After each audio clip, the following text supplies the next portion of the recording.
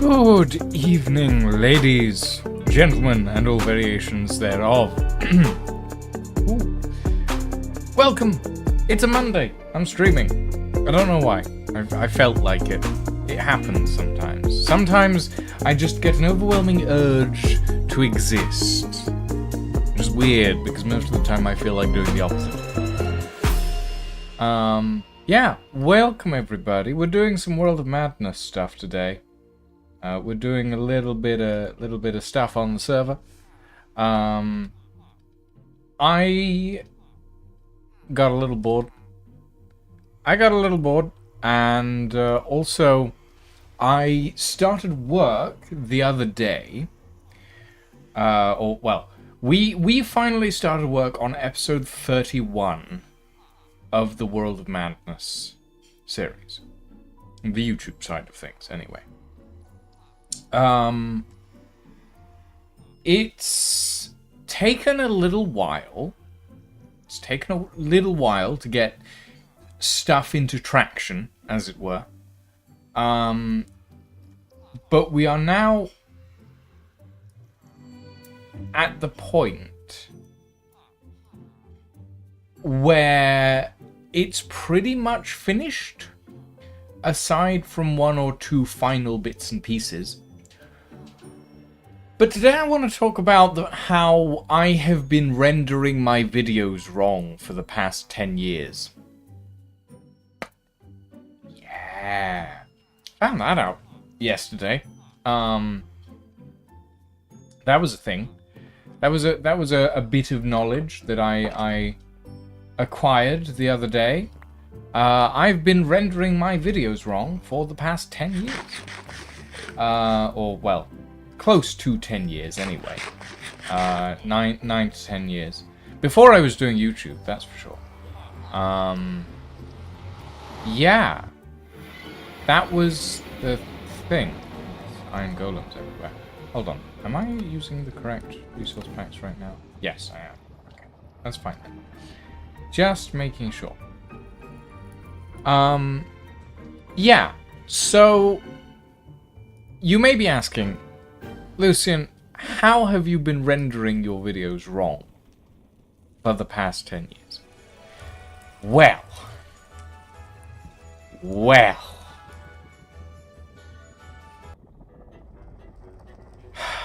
Okay, so. A lot of people use Adobe Premiere Pro, that sort of thing, as their methods of editing. Okay? I do not. I utilize Sony Vegas, which is another common editing software in sort of the YouTube community. Maybe not quite as industry standard as the more well-known Premiere Pro, but almost as close. It is the alternative, as it were. I'm going to go bother lying, by the way. And the other day,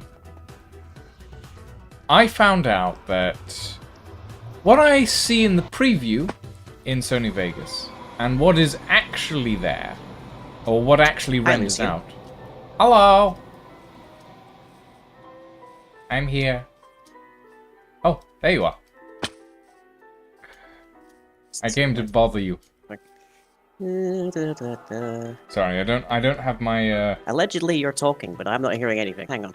What? What do you mean allegedly? There we go. I'm Okay. talking? For some reason my system had decided that it was going to choose the XSplit that is currently unused to tell me what you were saying instead of my actual system sound.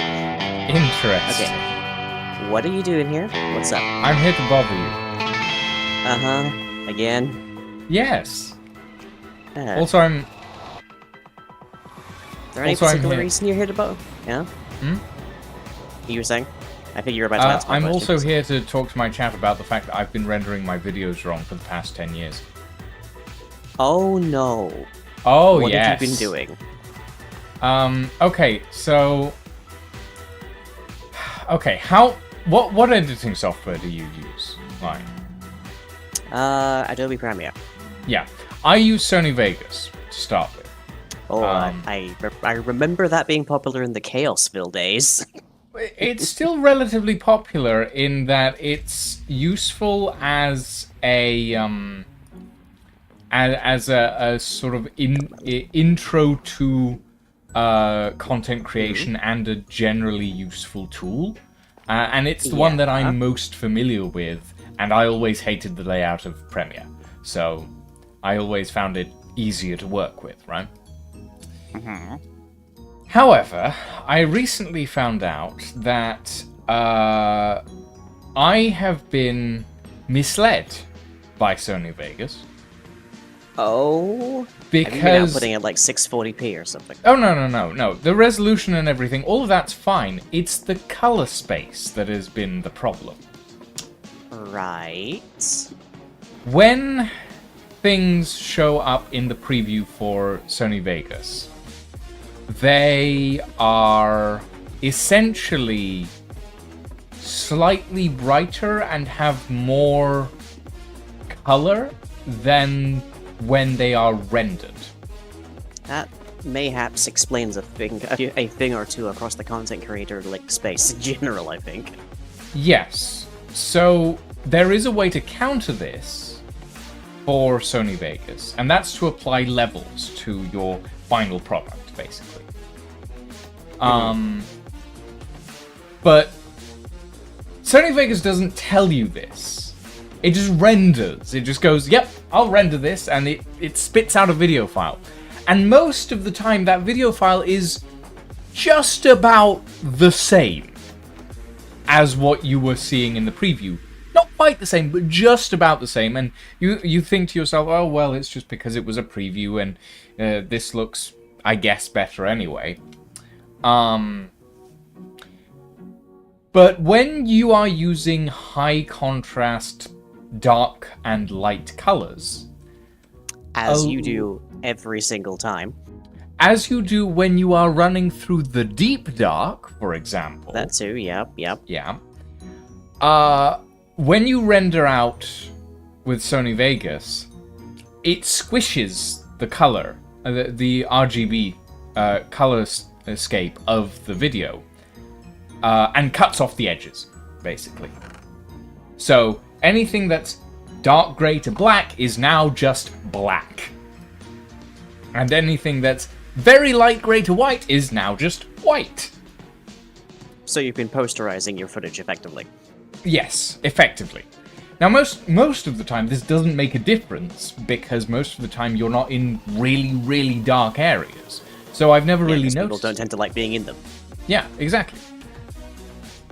But then when I was rendering the parts of episode 31 that I needed to render to check this stuff, I saw this problem, this major problem. Now, there is a way to fix it, of course. Sony Vegas comes with those tools inbuilt, but you have to apply them to your footage before you render. Which is a bit annoying when you don't know you're supposed to be doing that. Yeah. So what do you think of this select system? Oh, is this... What is this? Oh, this is the witch farm?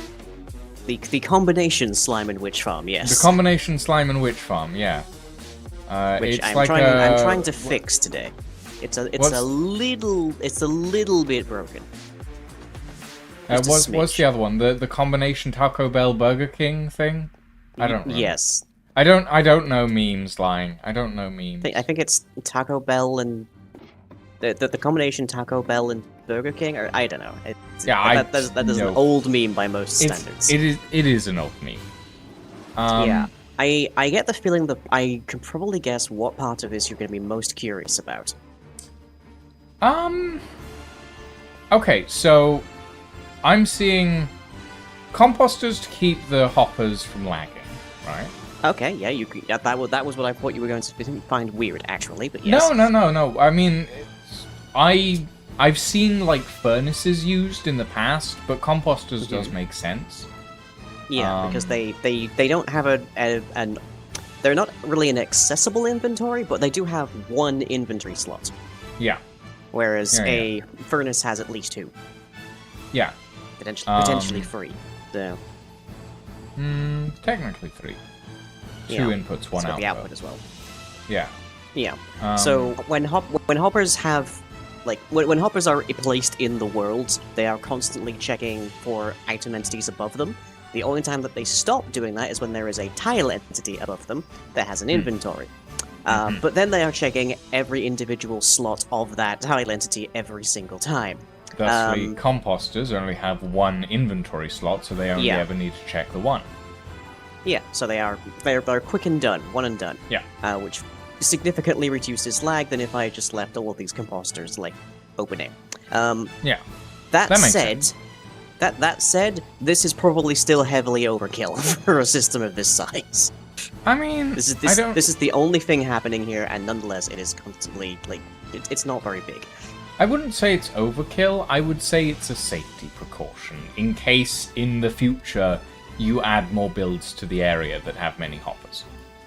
Yeah, which might come up later today. We'll see. It's future-proofing, essentially. Yeah. Yeah. So I've got single chest plus some barrels storage for most of the drops that come out of this, plus a silo for redstone and a silo for slime that was relocated from downstairs. Not bad. Nice cat ears. Don't know how much do they set you back? These are actually like Razer Capcom like add-on. These aren't actually attached to the headset because I did used to have the Razer cat ear headphones, and then they broke and I realized they were really expensive. So I budgeted by just getting the like ones you can like attach to basically any headset. Yeah. Maybe I should real get simple. myself a pair. Yeah, I used to have. I've actually gone through like 2 different pairs of accent wear headphones, which were not only cat ears, not only LED cat ears, they had speakers built into them, and they were gorgeous. But they're I hard to come by remember now those, because they were kind of a limited run. actually. Yeah, they I were great. remember. God, that just goes to show how long it's been. That you remember it? That I remember it at all is a surprise, but you know. Yeah, so let's see, we're getting slime heads, slime balls, redstone dust, gunpowder, glowstone dust, sugar, spider eyes, glass bottles, and sticks out of this farm. We're actually getting a little bit more than that because we're also getting arrows, rotten flesh, and bones, but I'm just like avoiding those for those. I mean, I would think you could void the sticks as well, you know? You'd be. How many ladders did we just climb up to get here? I mean, yeah, but like... Sticks are also used in fences. Yeah, I can get like 3 and stacks torches, of sticks like from... redstone torches. I can get 3 stacks of sticks from half a stack of logs, at the very least. I don't know math, so maybe that's wrong, but you get what I mean. They're not exactly... Ooh, okay. They're not exactly difficult to come by. Yeah, but here they're just convenient. I guess. Like, I don't have to worry about crafting even at all, they're just right there. In abundance, no less. But the reason that we get the arrows, bones, and rotten flesh is because there's something weird about the witch hut that I'm using, I think. In that the bottom 2 floors are exclusively spawning witches. Okay. But the top floor is only dominantly spawning witches. Okay. So every so often a creeper, a skeleton, a zombie, or whatnot also spawns there. Interesting. Assuming the word you just said was interesting. I did say the word interesting. Yes. Okay, yeah. So consequently, other things get mixed in, so I've just sort of like left out a filter for that, and that just leads to them getting voided eventually, along with any of the overflow. It has a pretty substantial overflow capacity at the very least. Granite, duck. Yes, it's a marker. Oh, I see. Here is directly over the witch farm. Ah, okay. And at the end, I'm guessing is the slime farm. Correct. Yeah, Okay. and they all go to they go to the same exact portal. After I figured that out, which is a pain in the neck, which is also why that portal for the walkway is so high off the ground. If anyone has noticed, my levels are lower than they were last stream. It's not because I've enchanted something. It's it's because I went through a portal and had to deal with about 12 witches. Fun. Yeah, and my armor is not horrible. It could certainly be a lot better, but it's not horrible. but witches deal in armor bypassing damage for the most part, and with enough poison, it just sort of adds up. Yeah. So, yeah. But the problem I have right now, that I need to solve today, is witches and slimes are from two different eras of Minecraft.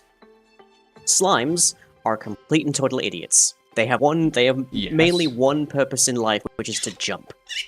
They don't care where they're going with that jump. They don't care what's on the end of that jump. Ideally, they're pointing at, like, an enemy or something that's somebody that they want to eat. But generally speaking, slimes have, like, a timer that makes them periodically jump. But yeah, they're complete idiots. They don't care pretty much what's at the other end of it. They will jump no matter what. Which is why, in the previous installment of this particular farm, there were never any slimes left behind in the portal. Because they would just stand there and then jump and be out of it. Yeah. They didn't care what else was where. Witches are smarter than that, in that they actually have a pathfinder. Which means they understand that if they walk off a given ledge, they will take falling damage. So they avoid doing that under most cases, like most of the original mobs do, but not the slimes. And that leads to a considerable problem, which, let's see, we're the only ones on the server, we're right above the spawning platform, so we should be able to see this now if we head back through the walkway. Okay. Under the granite? Under the granite, yes. I'll put something more substantive here once I've solved this problem, I guess. I mean, I guess you could put, like, an extra bit of standing room, but... Yeah. So, yeah, this is the problem. Oh, I see. They will wander about and knock each other over occasionally, like that, but they will never intentionally walk off the ledge. Which leads to them just hanging out up here. And because they're in a portal, their portal countdown never resets. So they are there until they respawn, or until something else shows up to knock them out. Right. So I need to try and figure out a solution to this, and I puzzled about trying to figure out how to do it, because the classic method would be that the problem here is that bottom row of obsidian in the portal. Yeah. And if I could get rid of that, method would be to remove it. Yeah, if I just remove that obsidian layer, I could just have them go into a full-blown dead drop, wouldn't have to worry about their pathfinding at all. No concerns. However, in order to do that, you need to suppress the server memory. In order to do that, I would need to break the server, basically, yes. The classic way to do this... Let's just stand away from them, because they are noisier than the portal somehow.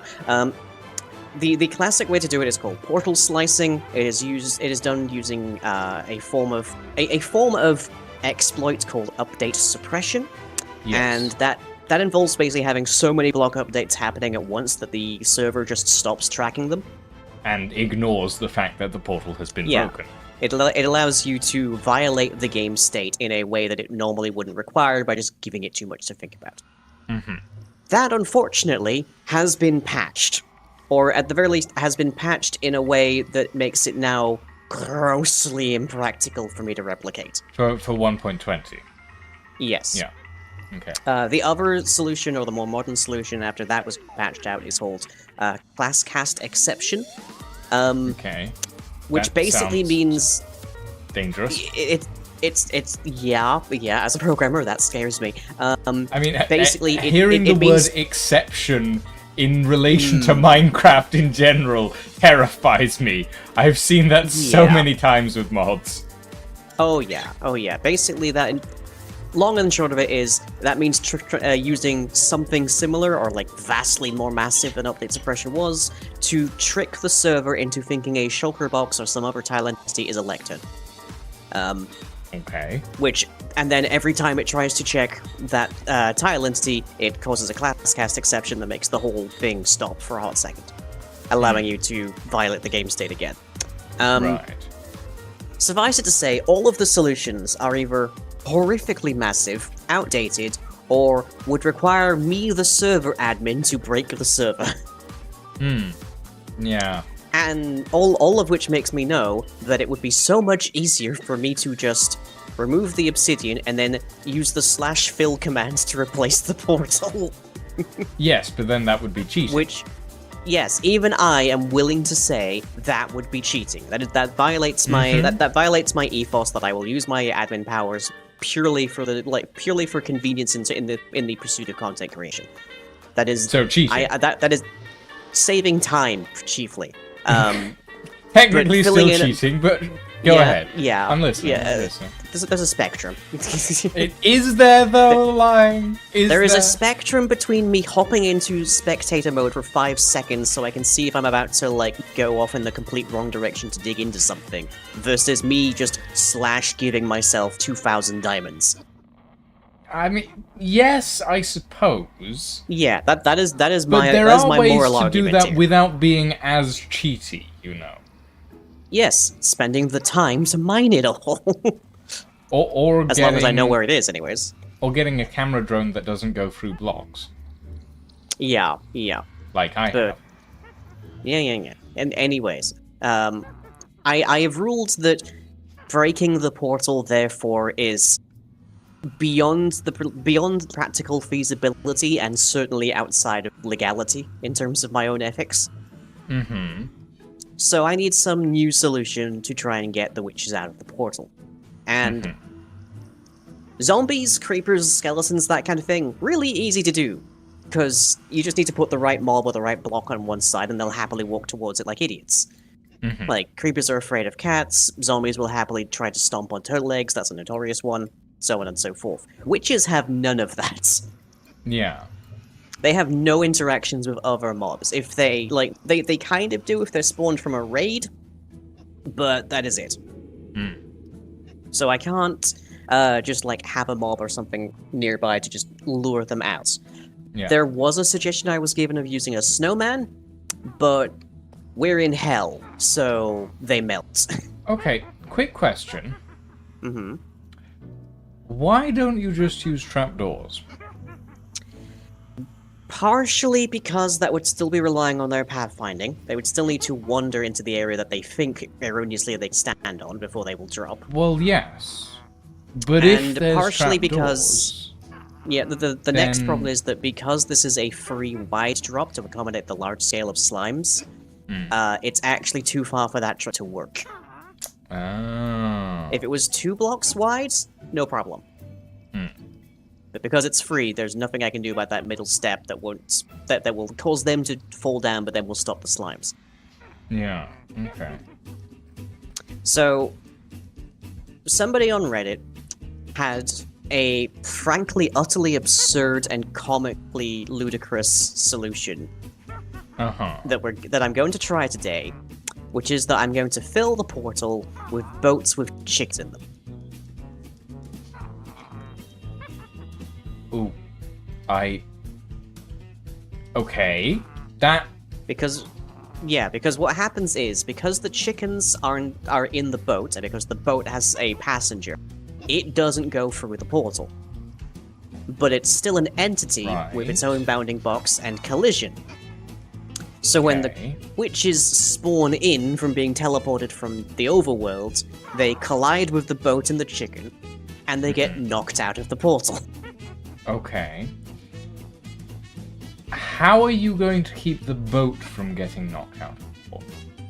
Boats are not knocked about by mobs. You sure about that? They're barely knocked about by us, honestly. Oh. That's actually... Yeah, okay. And this is a half slab, so... I can see how that could work. Yeah. So Huh. step 1 is get rid of that witch. Oh, that's easy enough. Yeah, we just murder it. Exactly. Come on. Oh, I'm out of arrows. You realize this now? Well, I don't carry an infinity bow. I barely carry a bow, in fairness. I mean, so, I don't carry infinity either. Like, I don't actually have a proper bow. I have a single unenchanted bow that I've had for, like, ages because I stole it off a skeleton, but I never really use it. And apparently I put my arrows away at some point, so... Okay. Fill this in for a hot minute so I don't end up falling 30 blocks.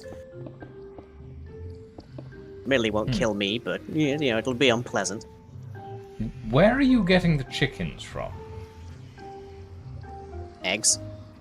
Oh wow, you just have an inventory full of eggs. Okay. I have 6 stacks of eggs, which is to say I have 3 stacks. Well, which is to say I have 1.5 stacks of eggs. So yeah, you Because have they only stack to 16. And you have about a, what, 30% chance per egg?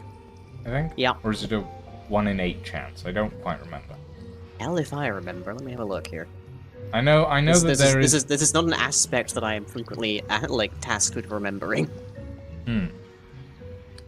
Okay, when you're thrown by a dispenser or by pressing the use button, an egg has a 1 in 8 or 12.5% chance of spawning a chick. Yeah, that's what it was. If that occurs, there is a 3.125% chance of spawning 3 additional chicks. So, on average, you will get, with there being 6 stacks of eggs, so you have the possibility of getting 6 eggs out of 6 chickens on average out of this, I think. Pretty much. Yeah. No, 12 chickens. Sorry. Hopefully that's enough. Hopefully. I need about 14, so... Probably going to need more eggs, but we can at least make a start on this. I don't have a crafting table up here, and my inventory is not as yet full of boats.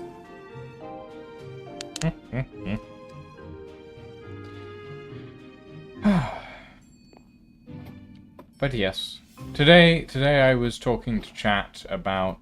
Oh, hold on. Today I was talking to chat about how about my rendering issues with Sony Vegas. So essentially, what I found out today, for those of you who are recently arrived in chat, is that I have been rendering my videos wrong for the past 10 years. Since the very Professional content creator. Professional content creator, everybody. I've been rendering my videos wrong for the past 10 years. Ever since I first started using Sony Vegas, essentially. And because of this, and not intentional in the slightest, I should point out. That looks kind of weird. Not intentional in the slightest, but I have essentially been rendering my videos wrong. And I found out I found out yesterday that I had been rendering my videos wrong. When I tried doing a test render, because I do this whenever I'm rendering something new with some new things that I haven't tried before, I always do a test render of my video. And I was doing a test render of The World of Madness episode 31, Spiraling Downwards, which should hopefully be out on, I want to say, either Tuesday or Thursday? We'll see. Regardless, I did a test render, and the whole video, every segment that was in the deep dark was just so dark in a way that the video preview did not show. The video preview was like, oh yes, it's all these shades of grey and all of this really nice color grading and everything. And I rendered it and it's like, no, everything is pitch black. Deal with it. And I was like, no, I don't want to deal with this. This is awful. So, you having fun there, Lion? I'm trying. This might be another outdated method by the looks of it. We'll see. Well, boats were changed, remember, so... They were changed to be 2 capacity, yes. Yeah. But, anyway, what I was saying... so, I found out that there is a process for making the video show up as intended. Because essentially, the way that the video renders, or the video preview shows, it shows it in computer output mode. But the way the video wants you to see it is in studio output mode. So essentially, what it's doing is it's taking the studio version of the video and downgrading it to the computer version of the video. But it's already at the computer version of the video, so it immediately downgrades it further, to the point where the color space that it's using gets chopped off on the sides, and all of the color just sort of buggers up, which is really annoying. So I figured out how to make that look a bit better. And I also found out that Vegas has a little button called Smart Upscale. Which I've always had this issue with my videos where sort of the edges of like blocks and Minecraft characters always look a little bit jagged, right? Oh, yeah, the aliasing-ish. I know what you mean. Well, it's not so much an aliasing issue as a resolution issue, actually. But I took a look at it, and Smart Upscaling basically allows me to turn that entire sort of system and make it so that it doesn't look like the edges are very slightly jagged and pixelated. Yeah, on that note, there's a YouTuber called System Z, who has gone down way in quality recently, but more specifically, I have one major massive gripe with him. Oh. Well, besides the other major massive gripe I have with him, which is that he likes to see Minecraft's rendered with a white outline on basically everything. Right. And it screams rendering error to me. But he made a mod that adds that no matter what version he's playing, basically. Oh, and it just looks... It looks so garbage to me. I can see it in a thumbnail. I can see it in a thumbnail, right? Because a thumbnail is tiny and you want to outline things. I can see it in a thumbnail, I can see it in the like Mojang official animations that they do occasionally. In video content, Minecraft is too like visually dense for it, in my books. I would agree. I don't think Minecraft is meant to look like Borderlands. And Borderlands was built from the bottom up to be Borderlands, so... Yeah.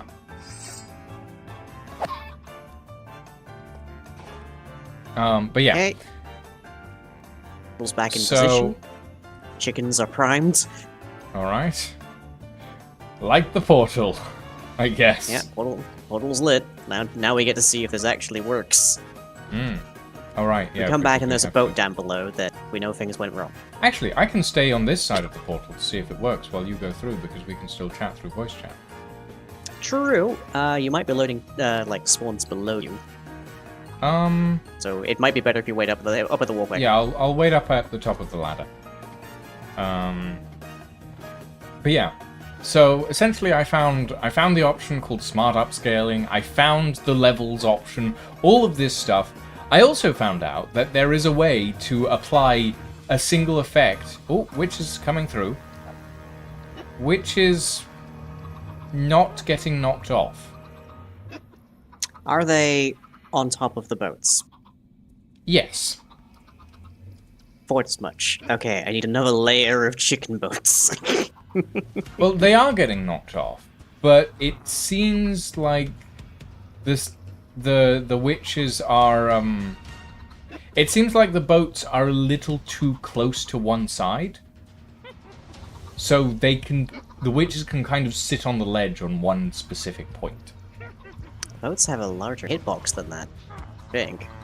Well, one of them managed Boats have a fairly chunky hitbox. One of them managed to stand on the edge of the obsidian and then climb up on the boat.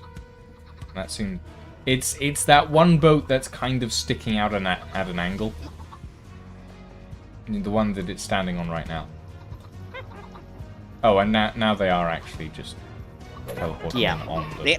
Oh no, not the chickens! Well, there go the chickens. Well, there go some of the chickens. But yeah, as I was saying, I found out about smart upscaling. I found out about the levels effect that actually makes the video look like the preview and not like garbage. And I found out that there is one track that applies that same effect to everything at the same time that doesn't show up on the actual edit, which is amazing that it took me this long to actually find out about that stuff. But in fairness, when I was doing this stuff in media class, we used Premiere. We did not use Vegas. So there was nobody to teach me that this was a thing. Premiere is my understanding, but worth it. Premiere is my understanding is Premiere is pricier, but worth it. I wouldn't say that, actually. How? I would say that Premiere You'd say it's is not worth it? I would say that Premiere, before it became a cloud-based service, was worth it. There, that is fair. And I would also say that Premiere is worth it in a situation where you need, what's the word? Where you need essentially Hollywood quality. Right? But that it's not that useful in a situation where you need YouTube quality, because it's more expensive, generally isn't as intuitive, because realistically, unless you're using a lot of After Effects stuff, it's not going to be as useful, in my opinion. There's a bunch of entities at the bottom of this pit, and I have no idea what they are. Go have a look. There's probably stuff under the pit. No, I'm seeing like entity outlines on top of the hoppers. Looks like XP bubbles. No, maybe. That makes sense. Yeah, because you killed some witches, so the XP dropped. Yeah. Witches were killed, yes. But yeah, it's... I would say that... Oh dear. I'm okay. It's fine. That was calculated. Alright. That was deliberate. Yeah, I would say that Premiere is good if you need an editing software that is industry standard, that everybody knows how to use. But it's less useful in a situation where what you're trying to do may not always be industry standard. And honestly, Sony Vegas for me is so much easier to grasp. Like, so you're saying I don't need industry standard equipment to make YouTube videos? Well, yeah, pretty much. I mean, realistically... so I should totally cancel that that red camera order that I made years and years and years and years and years ago to film a tech review channel. Yeah, I mean, is that a Linus Tech Tips joke? Yes, it is. Yeah. The man uses better cameras than were used to film the first Avatar for his tech review channel. Yeah, but in fairness, it's a pretty big media channel now, so... It's still a YouTube channel. He doesn't even have to my knowledge, he doesn't even have his own website. It's not one YouTube channel, in fairness. It's like 6 at this point. Well, that ain't gonna like impact his video quality, only his editing quality. True. Well, in fairness, they don't use the reds anymore because thank God. They're probably because they realized it's a massive pain in the neck to use.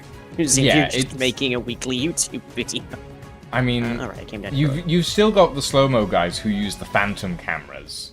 Yeah, but for them it makes perfect sense. For them it makes perfect sense because but like you only get good slow-mo on industry standard cameras, specialized cameras that can shoot for seconds at a time.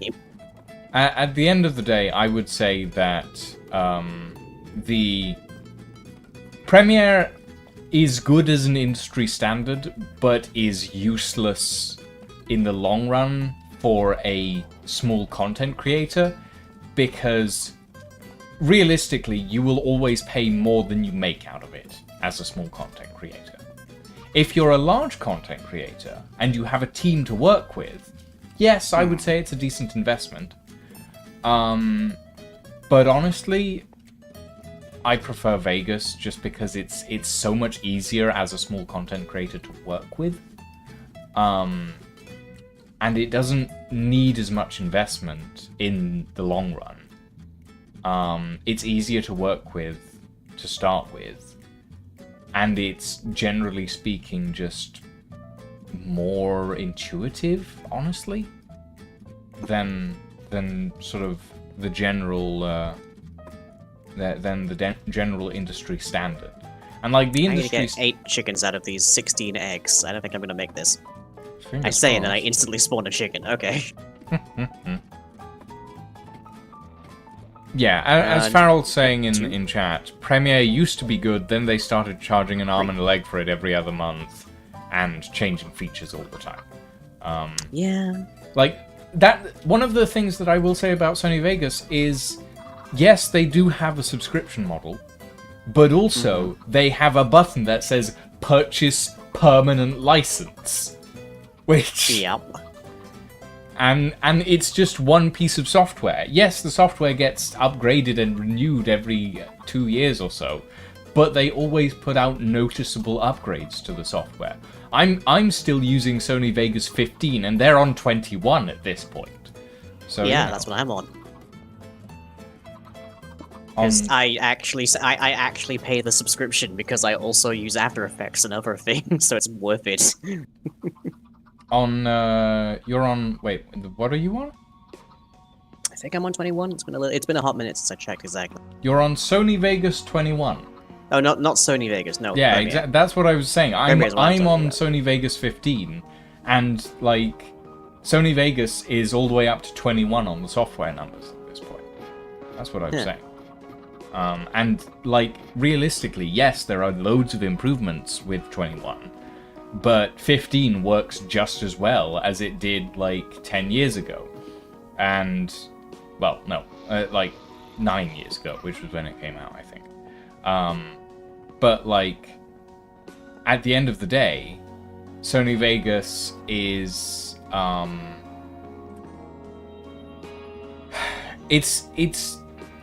it's always kept the same layout and the same styles.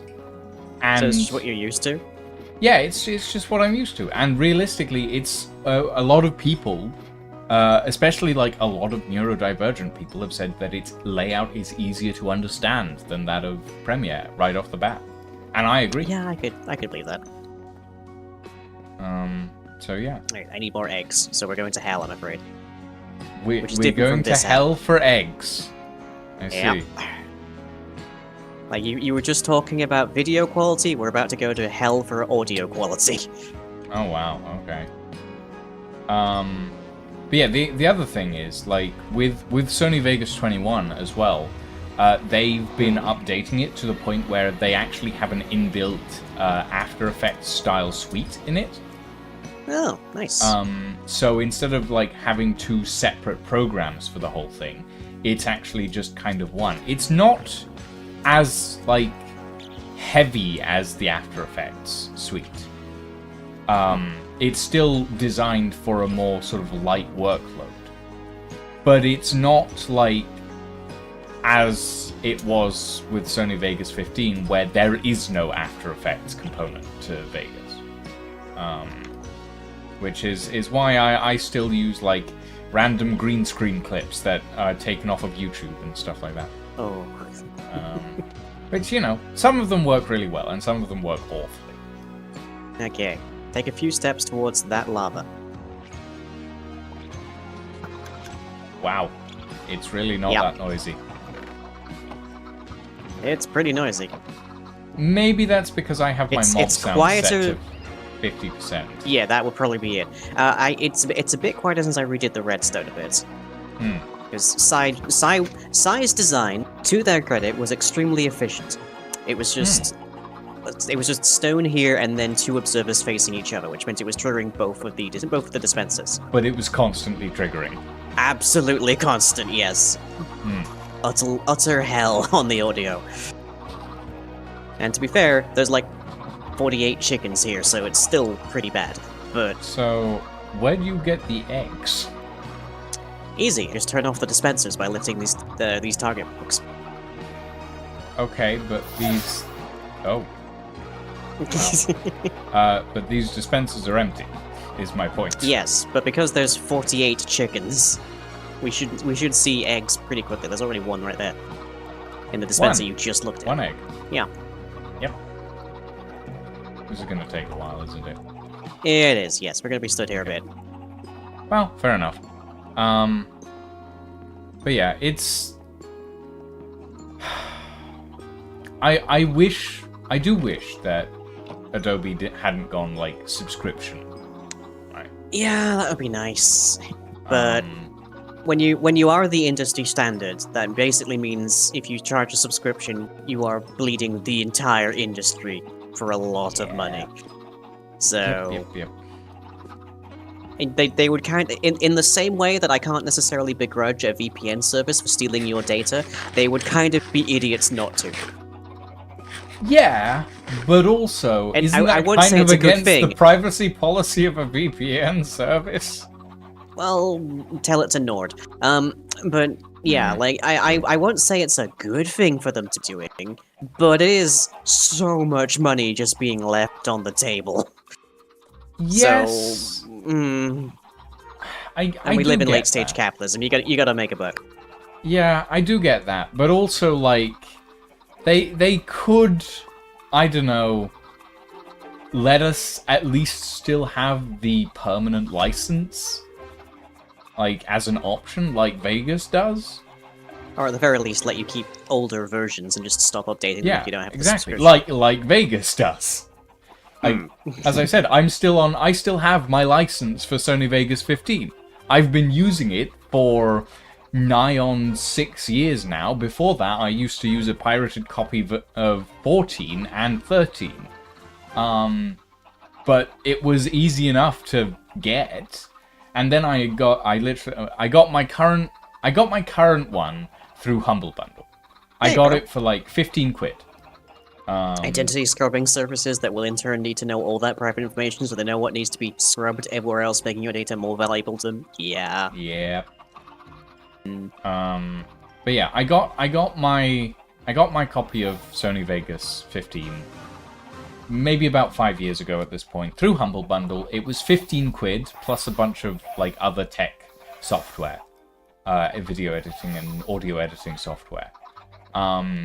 Now, I have the option to either keep my current video editing software or upgrade to Sony Vegas 21 for like 100 quid less than it currently costs if I trade in my old copy. Which sounds pretty decent. Like, I still have the software. Still have the old software, and if I'm not going to be using it anymore, I might as well trade it in and get a discount, you know? Lucian, I can't actually see your chat, weirdly enough. What do you mean you can't see my chat? I'm going to your Twitch TV channel, and I'm seeing I need a time machine, apparently. Interesting. I can see my chat. Lydia just said sunny side up for eggs. Apparently your channel doesn't exist, from what I can see. That's weird.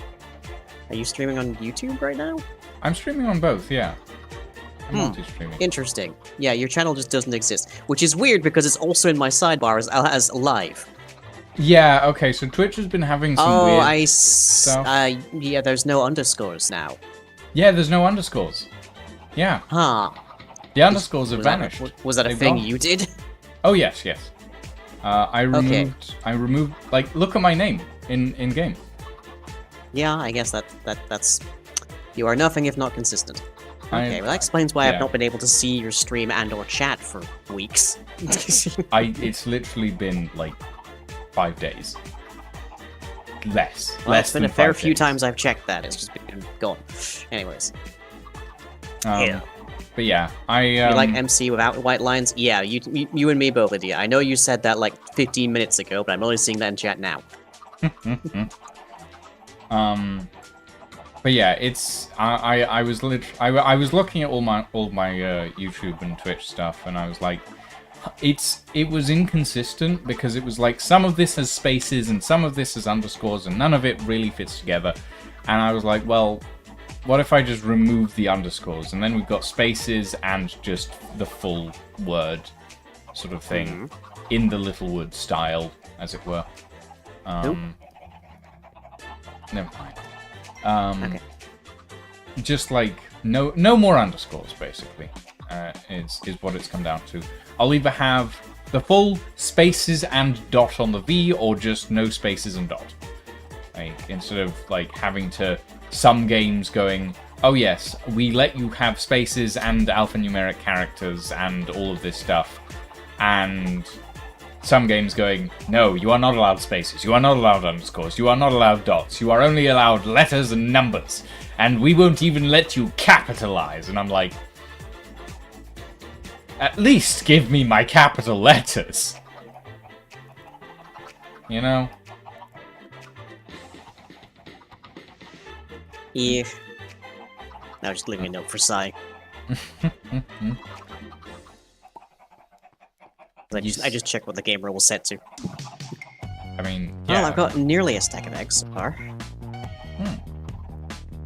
Annoyingly, there's not really there's not really a better way to make an egg farm, as it were, other than to just have a lot of chickens.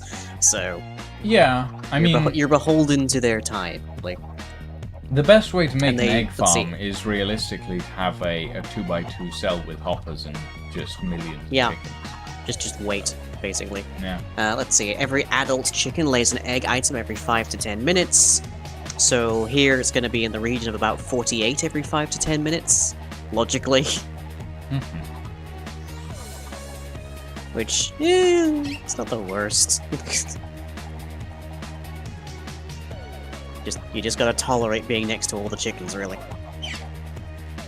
Yeah, that's fair. But yeah, I was honestly looking at the Sony Vegas software today, and I was thinking to myself, I should probably upgrade at some point. Because like one of the big things that they've got in the new Sony Vegas stuff is literally just a video effect for motion tracking. Because they don't have motion tracking in the old Sony Vegas software. Motion tracking basically isn't a thing. You have to do it manually, which is, needless to say, a little bit painful. Yeah, for that I generally go to After Effects or Vuju, but those are both also industry standard systems. So it's massive overkill for what I'm usually doing, but I'd rather be overkill than underkill. Yeah, no, that's fair. But yeah, we're being intensely inside baseball today, aren't we? Are we? Yeah, we're inside baseball is to like discuss like industry work and whatnot. Oh well, like we're discussing things that might come up at like an industry convention. Yeah, like TwitchCon and stuff. Yeah.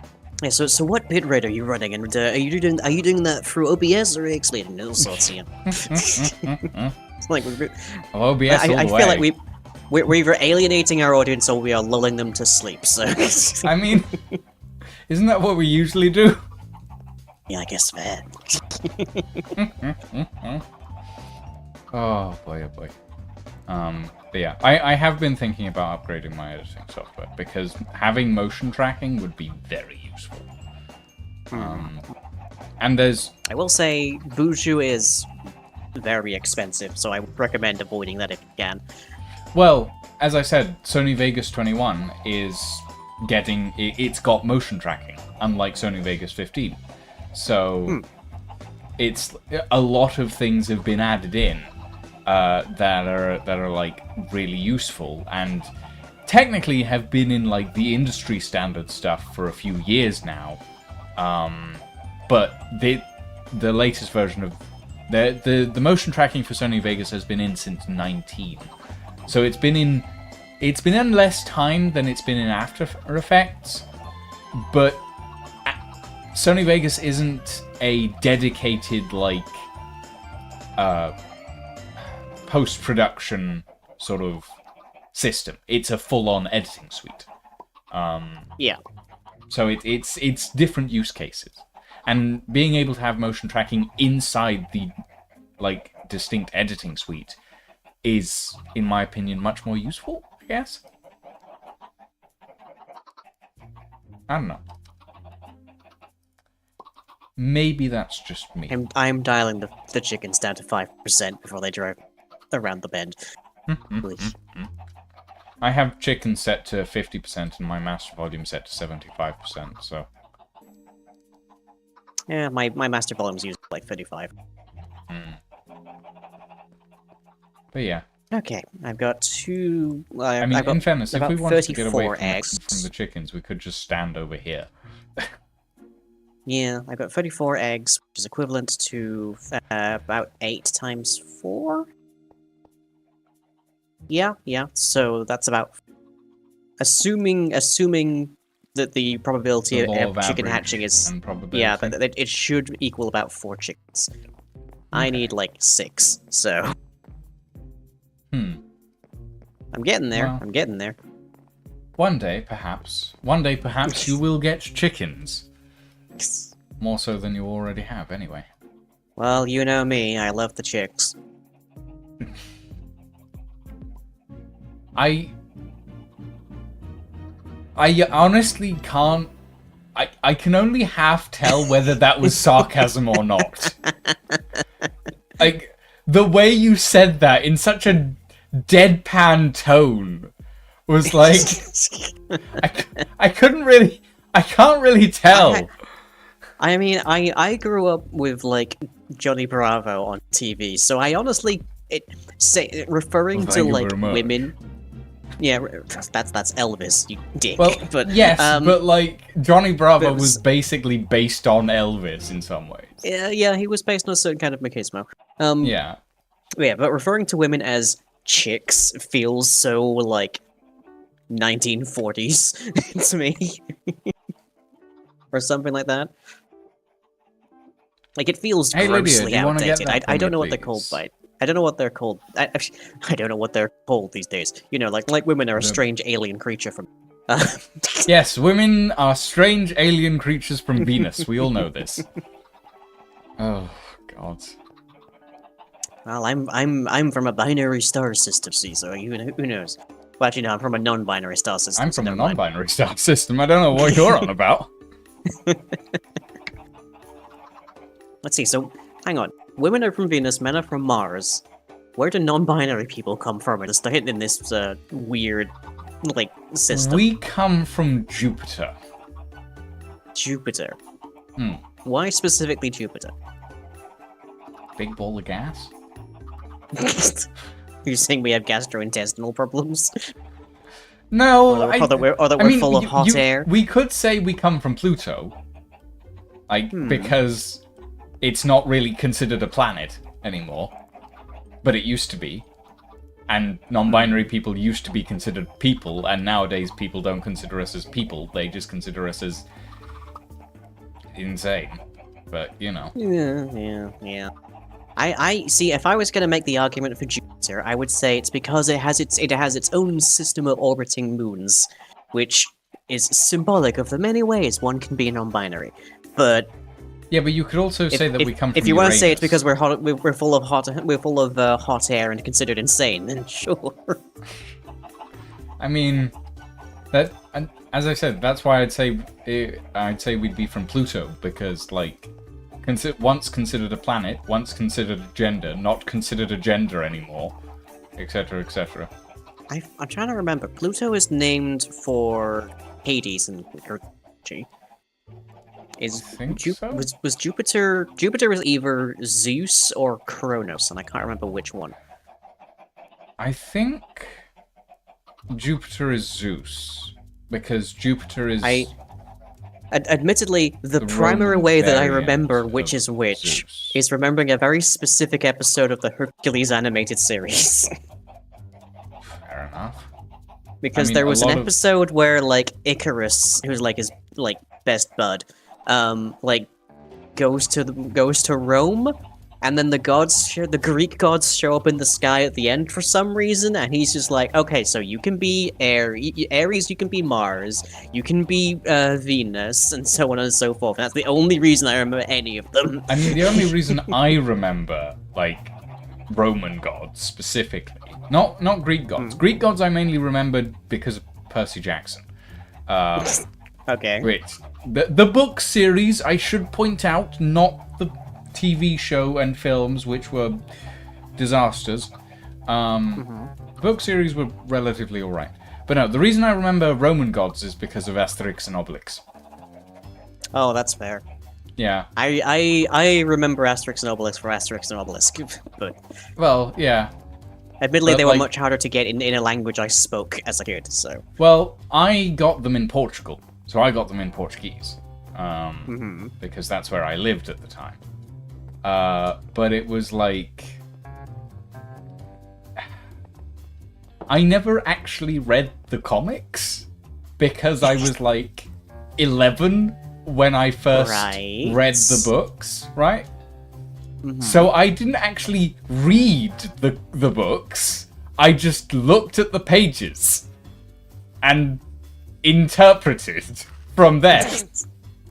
And later on, I did go back and actually like read some of them when I could actually understand them. But at the time, I was like half a year into living in a new country, and I had no idea what specific things meant and were.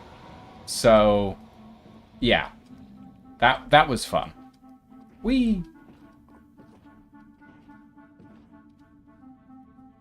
I think we're here. I like that players in the like passenger seat of a boat apparently have like chicken head stabilization. We're always facing the exact same direction, no matter how the thing spins. Yeah, I mean, makes sense to me. But yeah, so that's kind of how I remember, like, Roman gods. By Jupiter, as Caesar cries when the Gauls come by and trash their latest outpost. Etc., etc. Yeah. What a weird guy Jupiter was. What a weird guy Caesar was. Like, Jupiter, of course, was extremely weird because all the Greek gods were, but nonetheless. Yes.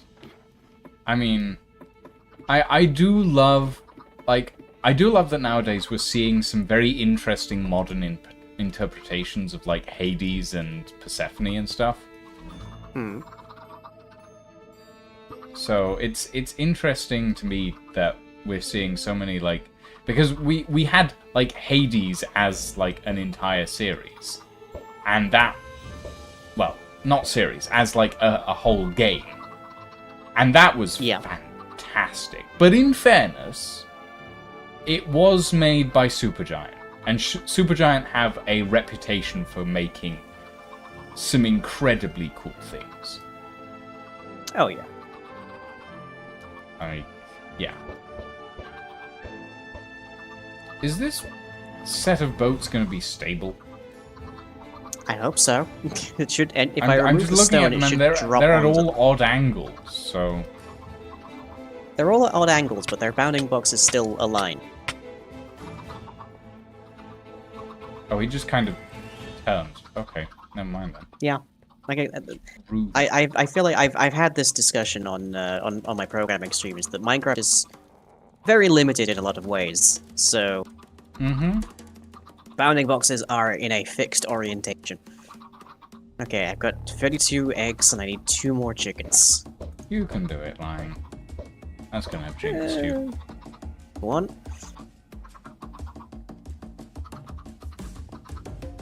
Okay, last chicken.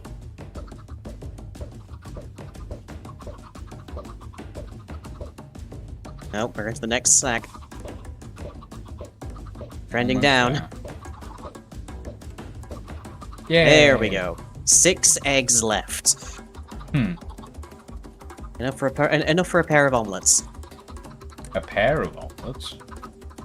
How many eggs do you use per omelet? Yeah, 3 egg omelet. That's a pretty nice omelet. I use 2 eggs per omelet. That's enough for me. Well... Then again, maybe I'm not getting enough protein in my diet. Yep. This, so I can actually put it down. Okay, dropping nicely. So that will hopefully prompt the shoving mechanism, as it were, of the bounding box to like get them out. Let's see, I guess. Second, mostly I'm just glad I can light it from the top, because otherwise, those chickens would burn. Oh yeah. Okay, let's give this another shot. I shall go out and see the rain. Yeah, kiss the lucky granite. What? Kiss the lucky granite.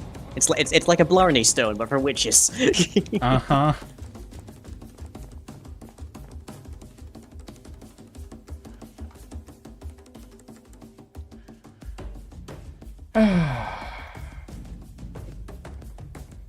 Oh, okay. First witch in got shoved out immediately. Oh, that's good.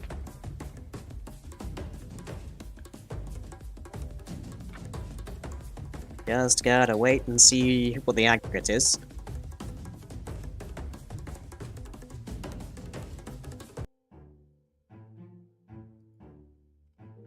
Hopefully this won't mean that I end up with, like, a bunch of eggs in the system. But if I end up in the sorting system here, they'll just get spat out of the, oh, they'll get immediately dropped into lava. Ugh.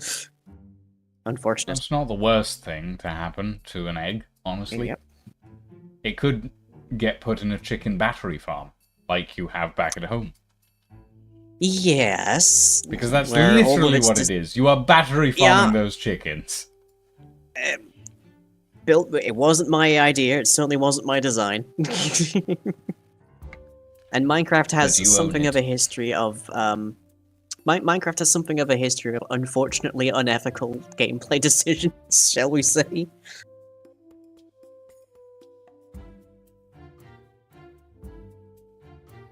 How are we looking? Yeah, so far we've had like 5 or so witches, I think, come through, and they've all been immediately shoved out.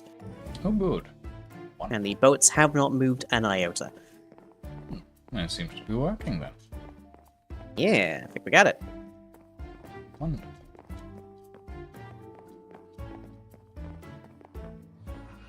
But yeah, here's a question for chat, actually. I have been pondering about the purchase of a new microphone. Oh boy. Now, I've been using this microphone for... I want to say like 6 years now? So it's served me well. I should point out, this is my second version of this microphone. Because my first version only lasted a year before the casing cracked, and I had to get a new one.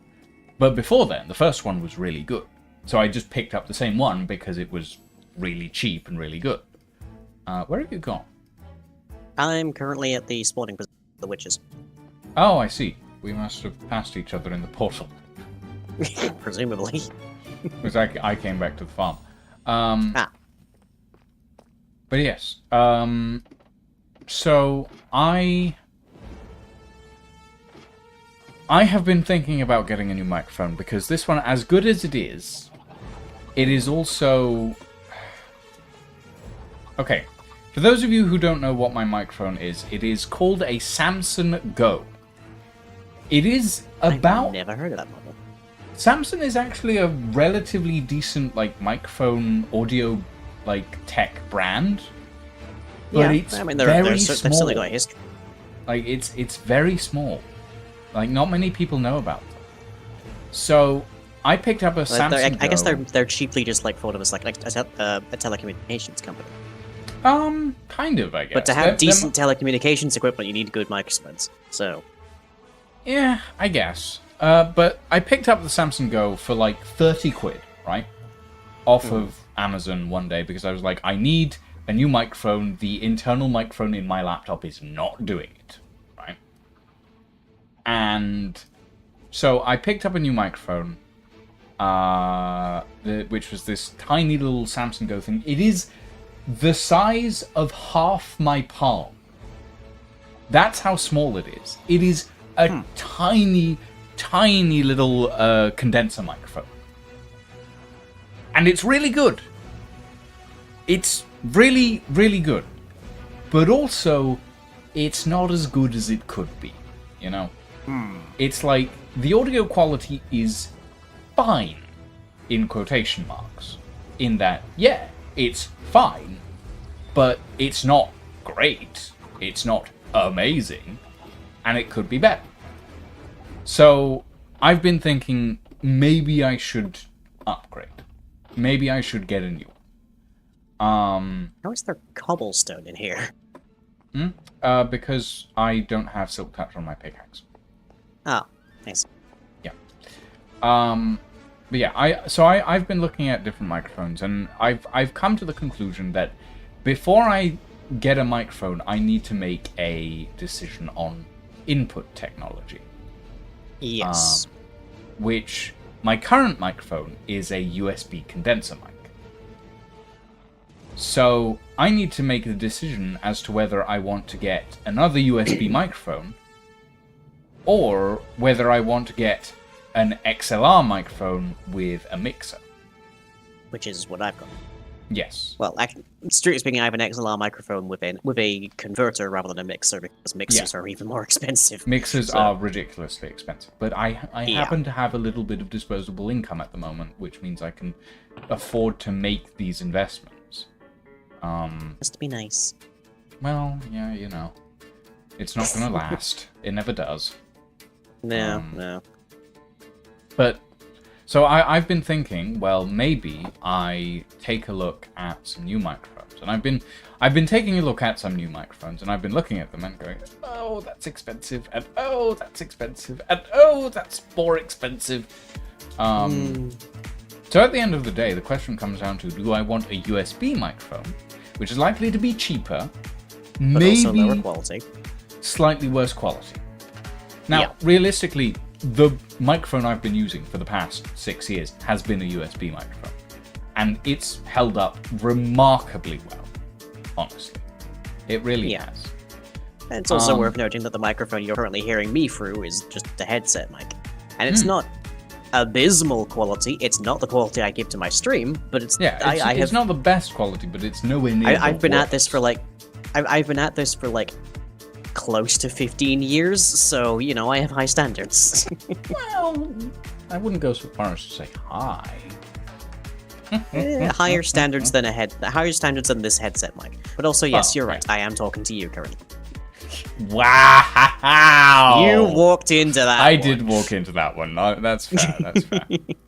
That is totally on you. Yes, It's not broken, I see any I reason to do... change. You're not wrong. I do understand that point of view, right?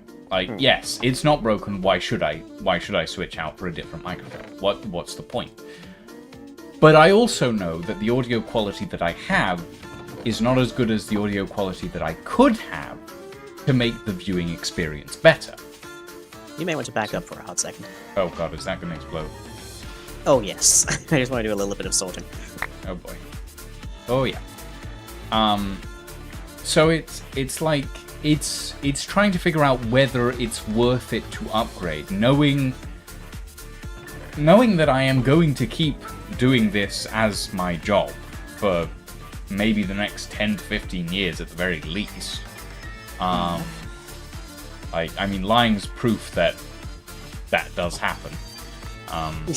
Why do you make that sound like a tragedy? Besides the fact that it is, I know. Well, I think that's your assumption more than my tone of voice. But you know. But I know that getting a new microphone is going to be an expensive investment. So I would like to understand. Actually, this is a good question for you, Lying. Do you feel that an XLR microphone is better quality than Yes, absolutely, 100%. No a question. USB microphone? And why? Yeah.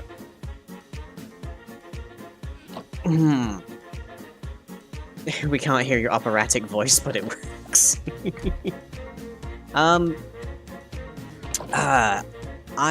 Okay, so I come from a family of musicians. I am by far the least musically gifted of a lot of them, depending on who you ask at the very least. But my brother, in particular, has a bachelor's degree in music technology. So it's things like getting the mixer, getting the converter, and like making sure the mic is good quality, that kind of thing. And I trust my brother's opinion on extremely little, but because he's generally speaking a complete idiot that has looked into every good thing in his life. But he does have a degree in music tech, so I will take him seriously in that. And he has been, like, when I needed to replace my my Blue Snowball way back when, which was a USB mic, he, like, rattled off a list of different microphones and their pros and cons, and the long and short of it is that the range of audio capture for an XLR mic is wider than that of a USB mic. Yes, and that makes sense, because an XLR it's passing more data, yeah. Yeah, and the USB is simply a single digital signal, whereas XLR is more full, one might say. Yeah, it might be a fairly densely compact, like, compressed signal, but it's still just one signal. Yeah. Yeah, so that makes sense. And yeah, as Farrell says, XLR has a depth of sound that USB can't quite match.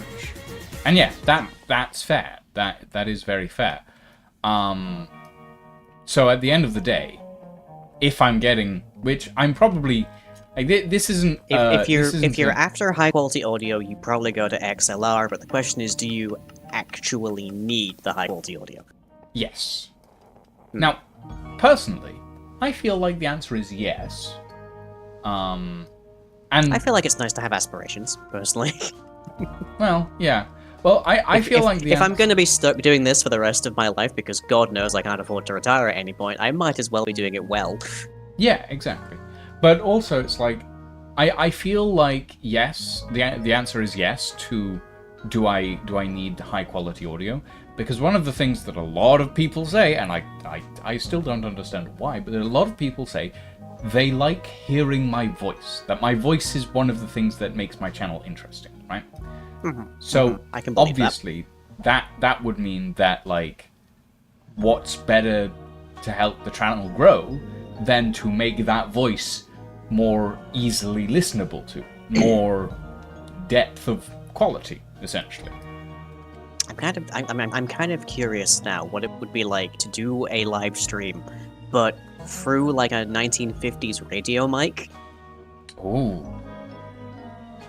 That sounds like like something that you would pull off quite well. But also that would be a cardioid microphone. No, yes. Not a cardioid. Cardioid is what? The old tin can microphone. Yes, but it's not a cardioid. It's a variation on it's a ribbon microphone. That's what it's called. Older, like, 1920s style microphones are known as ribbon microphones. They're very rare and very difficult to acquire. Generally speaking, because of course they stopped making them like 40 years ago. Well, no, they are still manufactured, actually. It's just that the process of making them is not that easy, and also kind of, like, expensive. So they're less manufactured these days, but they are still made. Like, at the end of the day, microphones come into three categories. There's cardioid, condenser, and ribbon. Cardioid is that microphone that you will see basically in on stage, live performances. That's where cardioid microphones are used the most. They're essentially like a magnet with a coil that produces sound. Condenser microphones are what you'll see most in, like, studio settings, especially for vocalists, because they pick up tones clearer. They generally, like, process audio better than a cardioid microphone will. We barely watch the screen. Oh, that to me says you need to up your you need to up your video quality there, Lucian. Well, my video quality's fine, honestly. It's just that People, honestly, with most Twitch streams, people barely watch the screen. Like, yeah, we're radio functionally, so it'd be we are interesting to just functionally a type of actively radio. use a radio mic. Yeah. Just So lean into it. What's that? Oh god, what is the game where you're a team on an airship fighting other airships? you mean Guns of Icarus? Yes, imagine streaming that, but with the 1940s like microphone sound. You could do. That'd be pretty entertaining to me. I've streamed Guns of Icarus before. It doesn't actually do very well.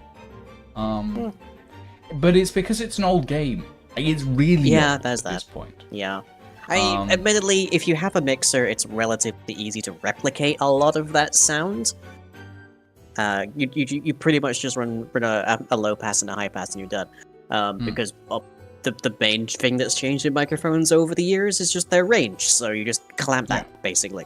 But it'd be entertaining to like tune into a Twitch stream and hear someone who sounds like they should be announcing the sinking of the Bismarck. Or the sinking of the Titanic. Yeah. Well, the Titanic's a bit earlier, but sure. Still, same sort of period. At the end of the day. Yeah. But yeah, so I'm honestly astonished that the chickens are working so well. I mean, the chickens in boats are working. I mean, at the end Lord. of the day, like Minecraft has some of the weirdest mechanics in some ways. Yeah. It's like I could have just broken the server or used outright hacks, but instead I'm using boats full of chickens, and somehow it's working. Yeah, like with the slime farms, for example. Nowadays, you can just fill one with mushrooms, and it spawns slimes instead of anything else. Yep, that's what's happening right over there. Exactly. And it gets ridiculous rates, which is why the slime silo in that storage is so full. That's pretty good. Unfortunately, I am probably the only person on the server that has need of anything even approaching that much slime. Well, I may So I can't have really sell it. need later on. I may have need later on. We'll see. But yeah, I mean, at the end of the day, like, when it comes down to microphones, it really depends on the use case. But in my case, what I'm starting to understand is an XLR condenser microphone is probably my best option, essentially. Yep. So that I can, like, instead of having this, like, in fairness, the Samsung Go has been wonderful so far. But it is also 6 years old and it's starting to glitch again. Fair.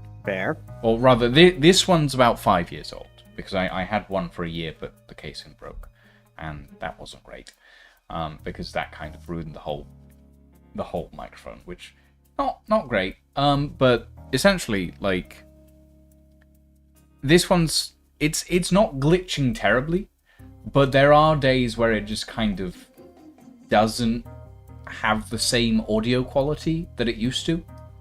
So I'm like, maybe now it's time to upgrade, you know? I can understand that. Yeah. So yeah, I think maybe an XLR condenser microphone might be the way to go. But that means I need to figure out which one to get. Yep. I mean, I can tell you which one I've got. Not off the top of my head, but I can. And this one has served me very well, I would say. Fair enough. And then I'm just using I'm just using a Focusrite Red, I think it is, Red 2 possibly. I can't recall the exact one. Which is just the converter between XLR to USB. Yeah. Which I guess functionally in a slight measure defeats the point of having an XLR over a USB, but But at the end of the day, you're such always is the way going of to have tech to... that works out still being better. At the end of the day, you're always going to have to find a way to, like, push the signal to a computer. So whether you're using a mixer or a converter, motherboard card for it, it's still going to have a better, like, signal input than a straight USB line from the microphone is.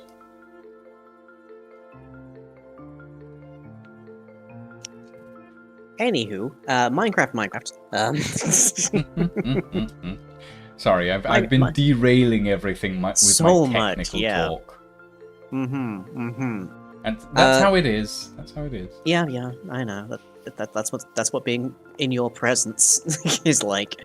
What, derailing things on a regular basis? You literally showed up to my stream today saying you were here to win. Well, yes, but that's how I say that I'm gonna appear to almost everybody.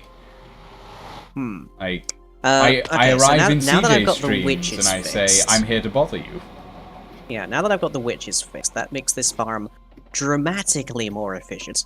So that means I've got a bunch of products here that I am not presently having of any use for. Plenty of gunpowder, which has me thinking I might go to the Ender Dragon fight using a crossbow with rocks. Because taking on the Ender Dragon with a missile launcher sounds like a lot of fun to me. I wish you the best of luck. I mean, if you got the kill, would the death message be Lion killed the Ender Dragon with a missile launcher if you named it? Well, no, it doesn't have a death message, does it? Yeah, I don't think it does. It just has it just has the noise and the animation. Yeah. But what I do have is glowstone dust and redstone dust and spider eyes and sugar, and all of those are potion ingredients. Yes, and we're gonna need those for... Well, we might not... That'll be useful to have, nonetheless. Yeah, it'll be useful to have. My main thought is the most useful one would be a slowfall potion, but we need... Yeah, there's a bunch of potions that I don't know. Membranes for that, don't we? Yeah. Let me see here. Base ingredients. There we are. Phantom membrane gets a slow falling. Turtle shells get a slowness and resistance, which might also be similarly useful. You just want to be if you make the greater slowness and resistance potion, of the Turtle Master, as it were. You are very slow, but you can get yourself slowness to resistance to, which is a pretty substantial decrease in damage taken. So if you did want to go with like the rocket launcher approach to fighting the Ender Dragon, you could just basically turn yourself into a turret. You could, and then you get knocked into the sky, and probably into the void. Yes. Yeah, which isn't most useful. Entertaining. Let's see. Instant health potions are glistering melons, which is melon gold. So I would need a gold farm for that. Night vision is golden carrots. Strength is blaze powder, but that's not so much relevant for most of Dragon Fight. No. Well, it's relevant for the sword section, but... Yeah, but by that point everyone's just using beds. Well...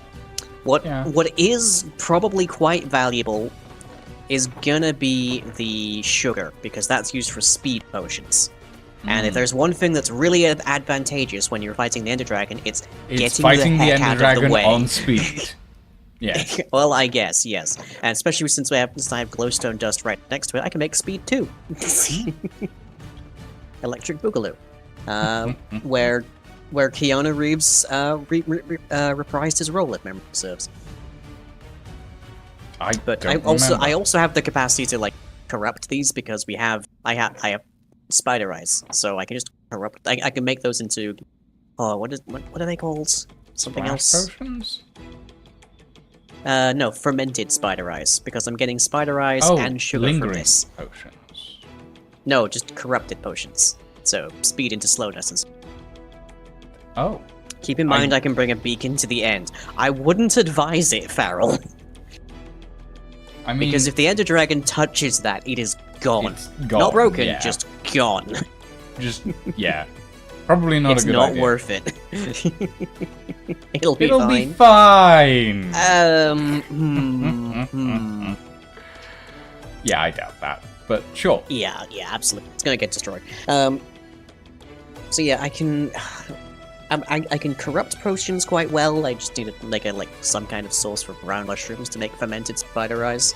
The dragon, I believe, is immune to a lot of Hi, damage AJ. types. Which is partially why I'm not entirely sold on my idea of fighting it with a rocket launcher. I mean, Let's see, it is immune. Oh, yeah, it is immune to all status effects except for instant damage, if it's player-based damage. However, hitting the dragon with a potion may prove true.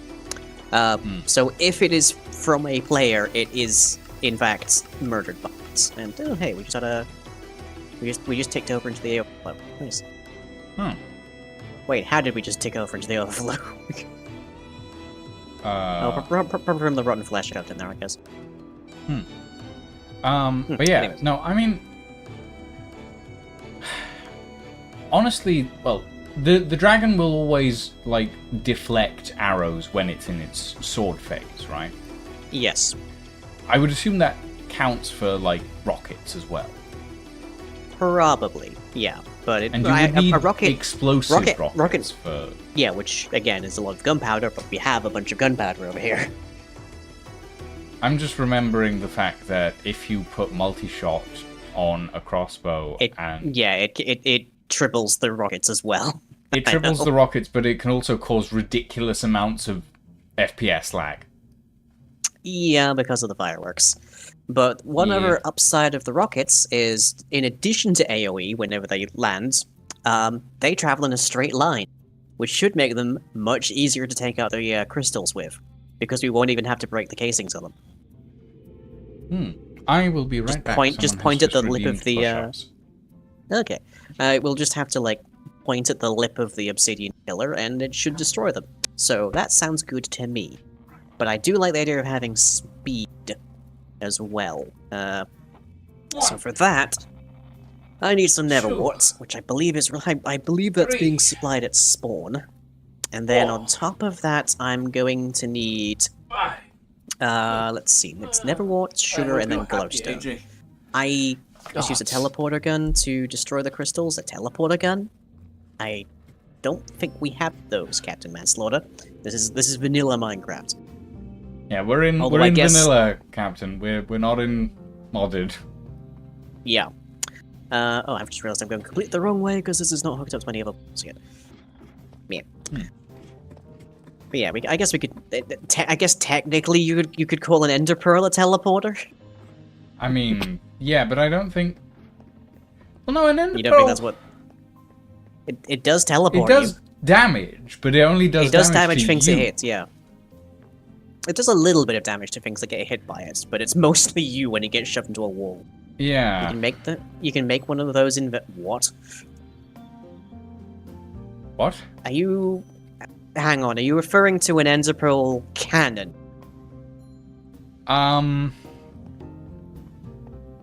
Just get Ender Pearls and the piston dispenser. I'm lost. I'm lost. I'm sorry, Captain. What? I don't think that works for an Ender Dragon fight. I'm gonna be honest. TNT Cannon the Dragon. There are actually designs for hyper-accelerating arrows, because apparently arrow damage is heavily based on how fast they're moving. So that you can just have an arrow one hit the dragon. Okay, yes, but it requires the dragon to be in a very specific spot. Oh, you mean like when it lands? Okay, yeah, no, that's fair. But, yeah, no, actually, yeah. I've seen Doc M's arrow cannon from Hermitcraft Season 9. Yeah, that was terrifying. One hit I've seen that used fully, like, full protection for fully repaired diamond armor and killed the person. So yeah, I've seen that used on one server to kill someone who had something like 200 hearts. I mean, they one-shot a warden with it, so yeah, like it's pretty severe to say the least. But also, it takes a ridiculous amount of setup. Oh yeah, like you wouldn't do that the first time. You'd kill the dragon, then set it up, and then respawn the dragon. Yeah. So for the first fight, not so useful. My dream is to one day recapture the magic of watching people fight the Ender Dragon in a B-52. Because that was just... Oh, that is from an old season of Mindcrack, and it's been my standard for interesting and, like, visually spectacular Ender Dragon fights since. I mean, as in a B-52 modded or a B-52 vanilla? It was modded. It was modded. Okay. It was a vehicle. But just like, that was so cool to see. It was so dramatic. I loved it. Oh, we've got one villager left, apparently, at spawn. Poor Fletcher. Hmm. He's a novice. He hasn't even like had enough trade to actually unlock his trades further. Poor guy. Poor guy. Perhaps I will bring him some family at some point. I'll just make it sure it's better defended than the last one. Yeah, I need to route the rail line through the through spawn, essentially. Okay, that's the next thing I need to do, is I need to find the Nether Fortress. Which I'm pretty sure I've visited before, I just have no memory of it. I'm fairly certain I have visited a bastion. Or at the very least, I have memories of being in a bastion with Stig, I'm pretty sure, but I have no clue if that's from this season. I mean, it's probably from this season.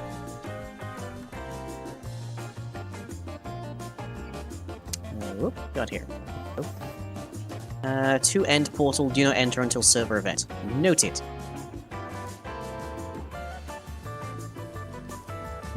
Here's a big open wall. No, well, this one's too.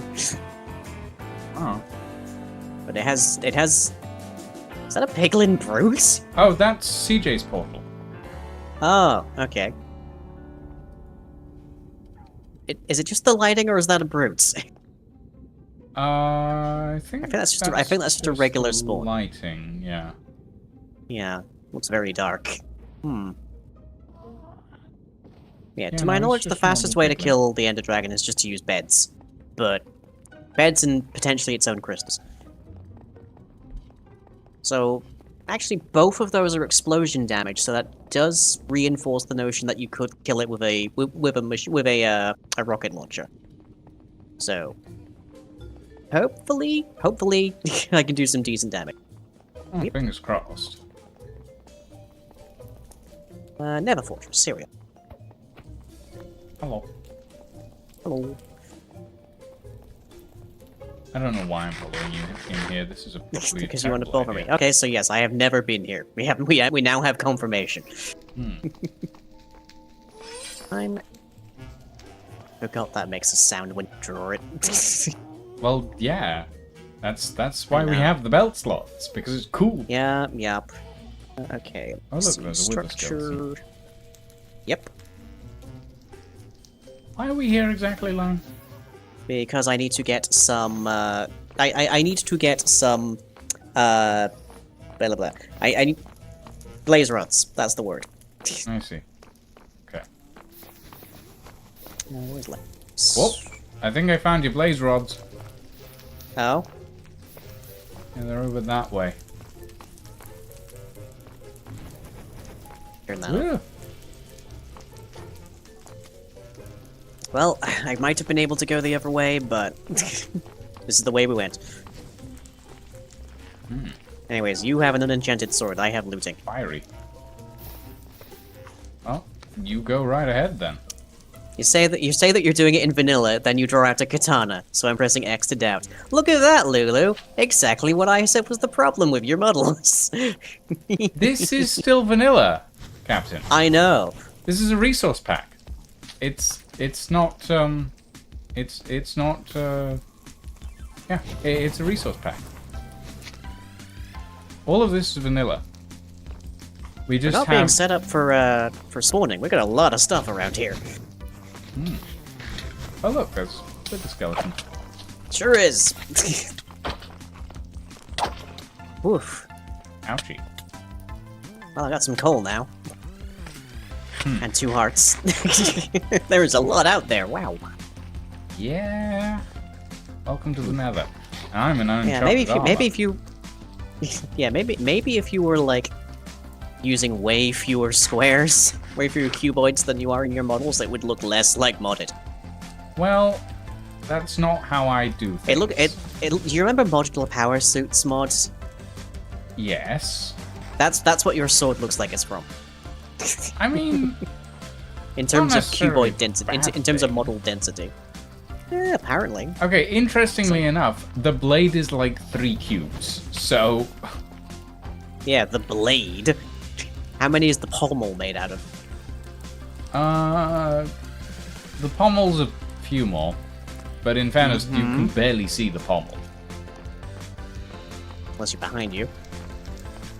Well, yeah, I guess. Well, I'm never behind me, though. That's always you. Ah! You deserve that. Ow. Watch out above you, Line. Yep, he's coming in from above. And from the sides. Fine. Maybe we should check out the other one. Feels like it might be a bit safer. Skeleton behind you. Yeah, I heard. Get him. Fiery. Yeah. Who'd have thought coming to hell would be so fiery? I mean, I kind of suspected.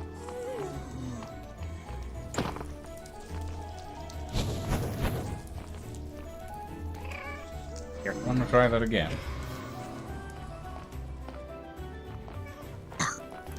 Nothing that time. Okay, here we go, spawner, that'll do. Ah, wonderful.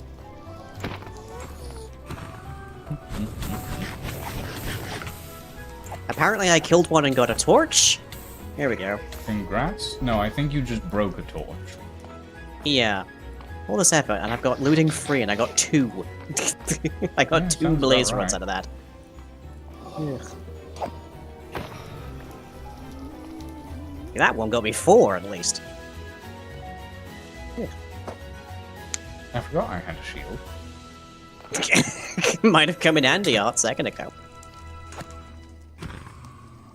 Perhaps. Literally a hot second ago. Right, it is 3 potions per brewing stand. Every potion mandatorily takes up an inventory slot to itself. Mm-hmm. How many potions do I want to make at once? Here's the next question, I guess. I always forget these guys have a pretty mean left hook. They actually hurt quite a Okay. bit.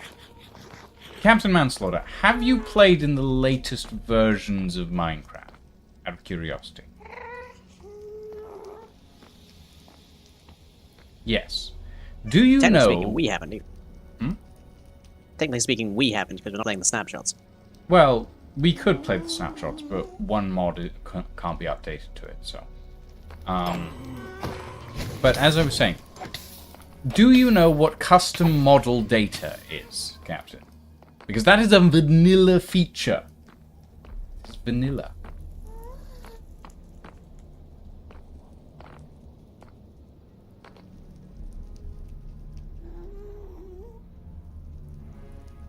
I feel like us sitting here is making the blazers spawn less. I'm just gonna They're sit pretty around the frequent. And also, I know for a fact that the monster spawner doesn't care. Well, that's true. It only cares that we are present at all. Hmm. So yeah, The new essentially, ones in the ruins might be. So essentially, this headset, as you can tell by the NBT tags, is a carved pumpkin. This electroblade, as you can tell by the NBT tags, is in fact a netherite sword. All of these things are vanilla. They are just made to look a little different via custom model data, which is a vanilla feature. Yeah, it's a resource pack feature. It does require a command to set that value. It does, but you can use a data Since pack it's to trigger purely it. cosmetic, most servers don't mind too much. Exactly. Oh, watch out. Behind you, Line.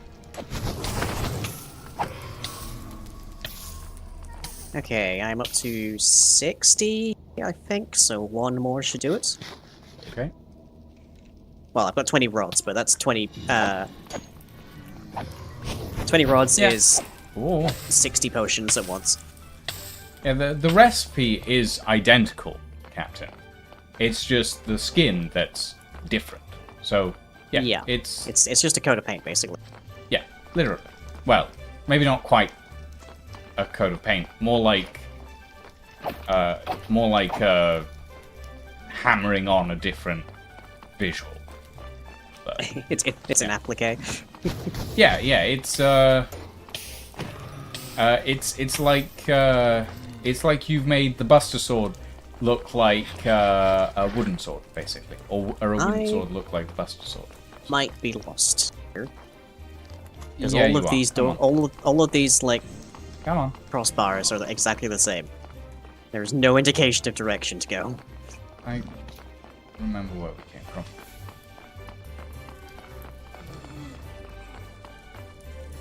Oh, not this one. I remember where we came from. Runs the wrong way. Well, no, I just took a wrong turn. It's fine. Yeah. Oh no, I've just led us back to the blaze spawner. You just led us right back to the spawner. We're trying to leave the fortress. We're trying to leave. I know. I was going the right direction. I just second-guessed myself.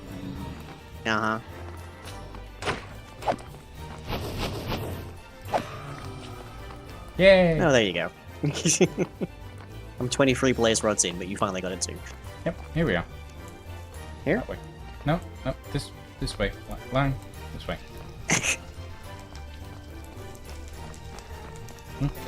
Oh, hey, I gassed.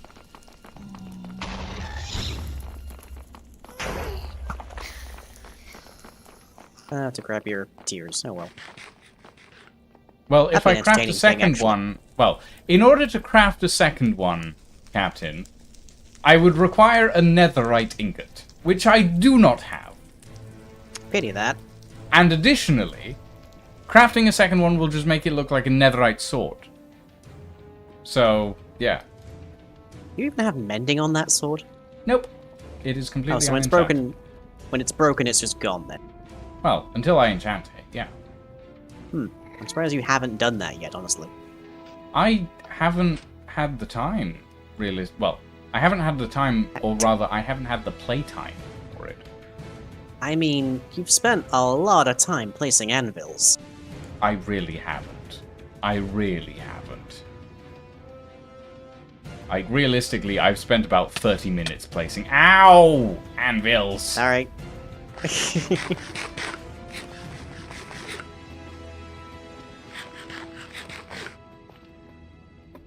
But, yeah.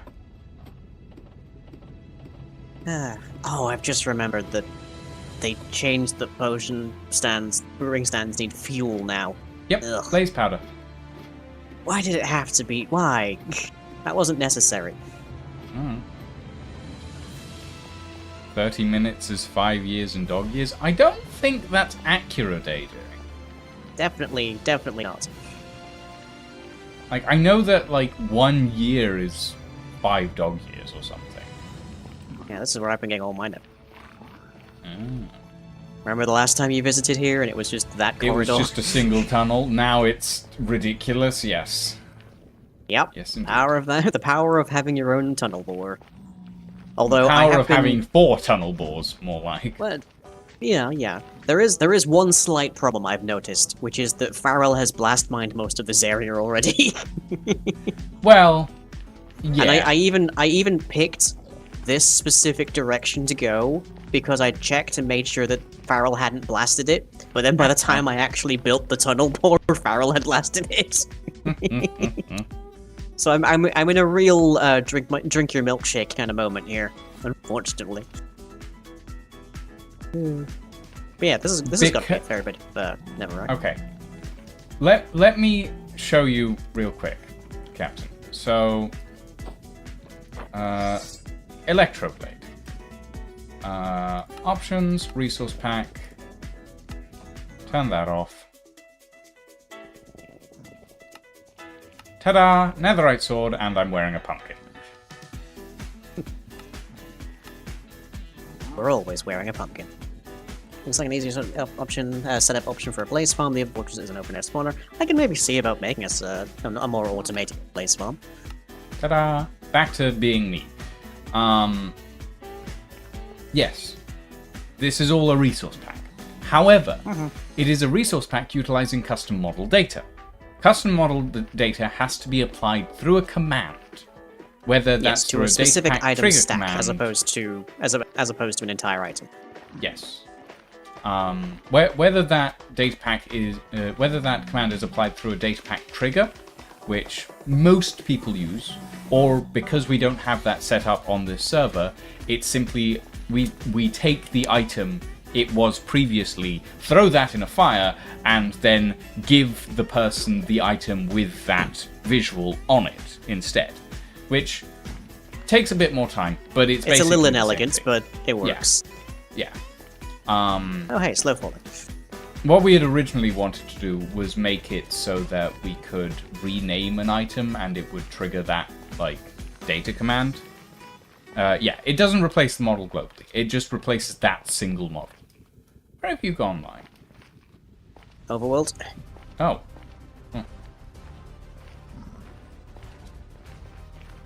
So now I gotta figure out how I want to engineer this potion maker.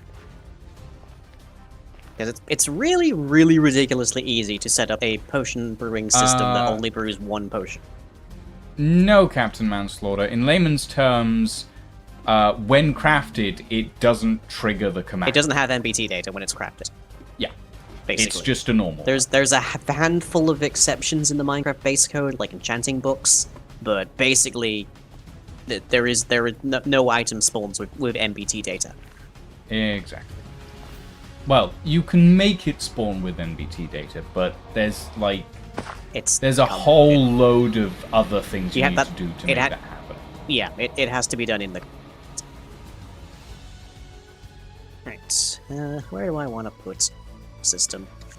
I kind of want to build some kind of data-driven system that can just, like... I can just program the recipes in.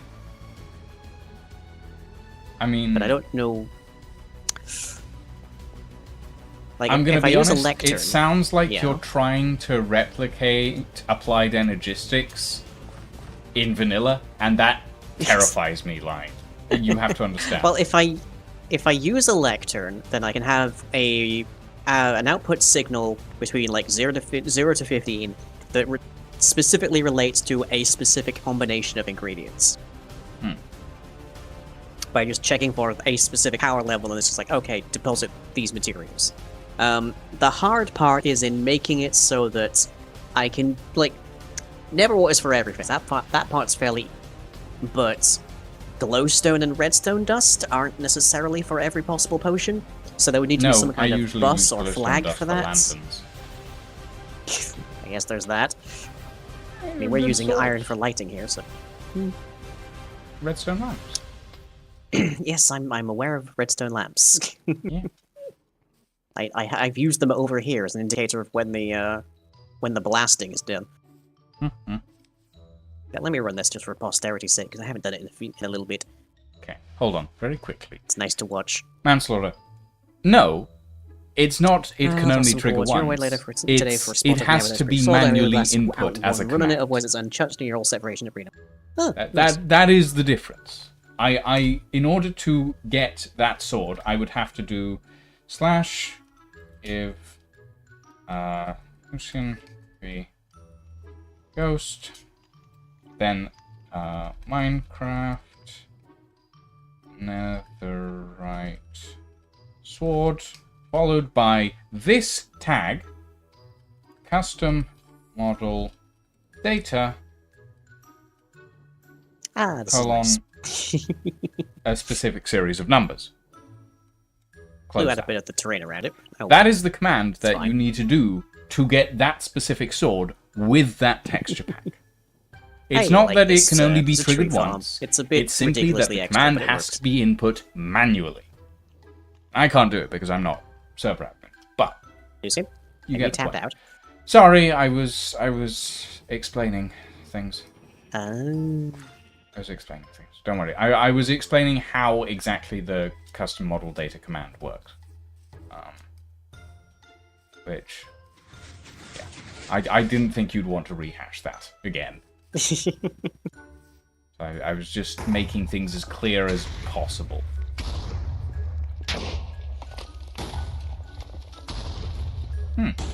I see you basically went for my idea. Well, it turned out to be pretty much the only viable idea, because these trees are just too big to deal with otherwise. Like, I can push them in. I can push the entire tree in one direction, and then that's about the only thing that's viable. That's fair. I mean, everything else is ridiculous work. Yeah. Sort of, you have to jump through 50 hoops to get a sword that looks the way you want it to. But it is very dramatic, basically, I yes, will say. Yes, basically, I do very much like it being very dramatic. Lots of TNT. I like it. So much, yeah. And the hardest part of that was finding the coral, which is another one of those, much like the chickens in boats, another one of those really weird Minecraft things that works very vitally in a lot of redstone circuits. Corals and walls, and you can duplicate TNT. Yep, coral, walls, and glazed terracotta up there as well. Yeah. Go figure. Very strange. Minecraft code is very strange at times. Indeed it is. Yeah, where do I want to put a stand? Or a series of stands, as the case may be. I mean, are you planning to do like an automated brewing system? Yeah, like I said, I want to be able to program exactly what combination of ingredients corresponds to what redstone signal coming out of a lectern, so that I can just like flip the page, and that's Do you want to make a building for it? I mean, I'm gonna have to. I have to imagine. Well, what I mean is, do you want to make a building for it, or do you just want a control panel that you can put in a wall? I guess. That does not answer my question, Line. But these are the same thing to me, so... I mean... The lectern is just the UI, it's just the user interface point. I mean, okay, so... Do you want to make this a full, isolated building on the surface? Or do you want to set it up so most of the redstone is hidden inside the terrain? I want to say at least some measure of the end state needs to be visible. Like, seeing the items fly into the brewing stand, for instance. That's pretty nice. Just like, selecting a thing in a lectern and pushing a button to order it, and then just staring inside of a chest or a barrel or something, that's kind of boring by comparison. Okay. Actually seeing the clock work is, like, more interesting to me. Okay. Well, then the next idea is, what kind of building are you thinking? Well, I've got this lumber mill, which definitely I need to put an exterior on once I'm certain that it won't detonate its own exterior. I'm not touching this one this time. Yeah, I know. It took you long enough to get the other one. I've got the... There's a reason for that! The iron farm is up on I will hill. get to this, and then never does. Yeah, so I've got the iron farm up here, which I can probably redo a bit now, actually. I might be able to make that a teensy bit more efficient. Or speedier, one way or the other. Does that...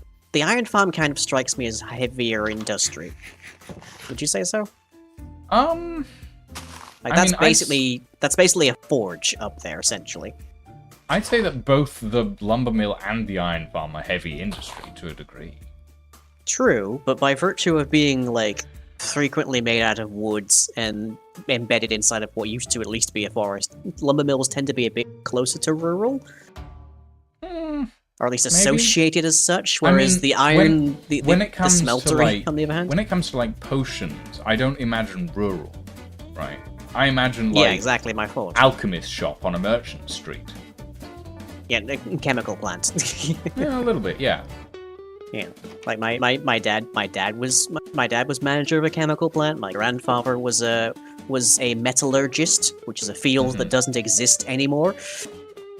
I think it still technically exists in some way. It's the knowledge is still useful, the work is still done, but it's not called metallurgy anymore. It's basically just material chemistry, I think, these days. Hmm. Because it was chemistry before we had a role for chemists, pretty much. Hmm. So I feel like near here, near the iron farm, is probably the smartest place to put anything that's like heavily chemical. Which the ring stands strike me as. I mean, yes, I can see that being an Oh wow, okay, yeah, that's Oh yeah, he's gotten sick. that ties in with some storyline quite well, actually. Oh yeah. I mean, I definitely can see like you building a massive like iron factory with a chemical plant on the side of it, but I also know that's not really your style. Like, heavy industrial isn't really your style, honestly. I know that much. How so? How so? How so? How so, Fae in the woods, witch in the well, maiding do lying? Hmm? Different series. All with very common build palettes.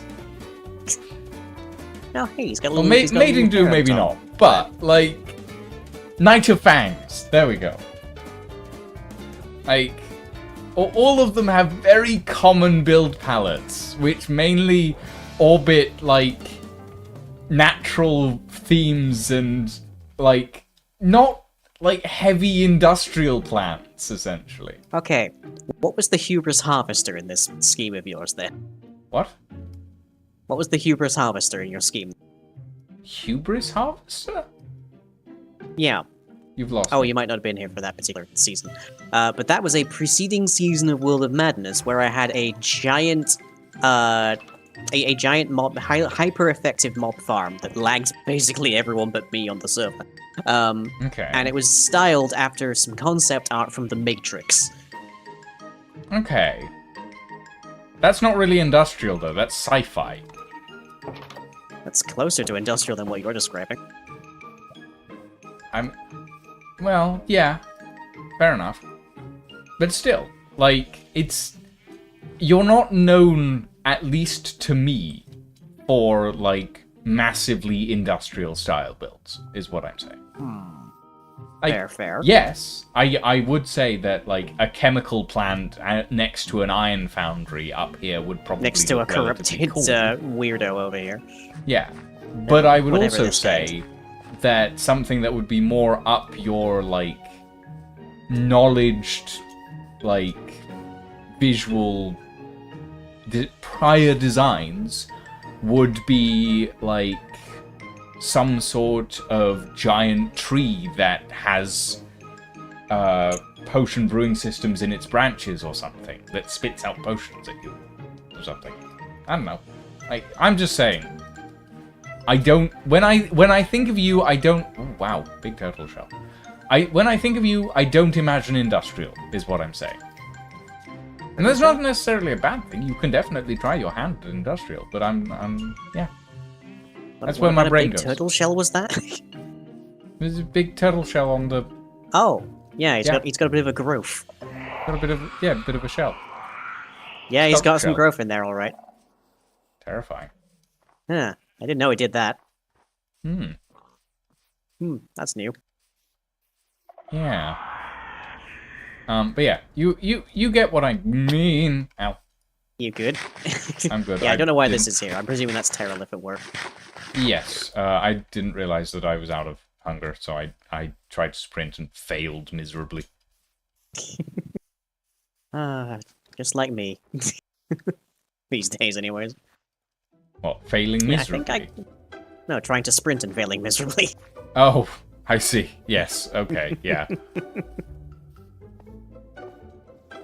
Yeah, so... Either or, we're both saying that on top of this hill is a good location for this. I mean, yeah, I think we're... Right. I think the agreement is that, yes, this is a good place for, like, a potion brewing place. I think the disagreement is whether or not your style could be classified as industrial. And that's about it. It's not strongly industrial, but I have built some more modern styles, especially last season with my village. Like my mid-century fishing village. I wouldn't. You're struggling for terms, I see. I don't know what I would describe that village as. Mostly bird poop is one term. There was a lot of diorite, yes. Alternatively, I don't know what century I would describe that village as being from. Not any century known to man, at the very least. I grew up in towns like that. Are you kidding me? I mean, okay. I can see it. Kind of. But also, like...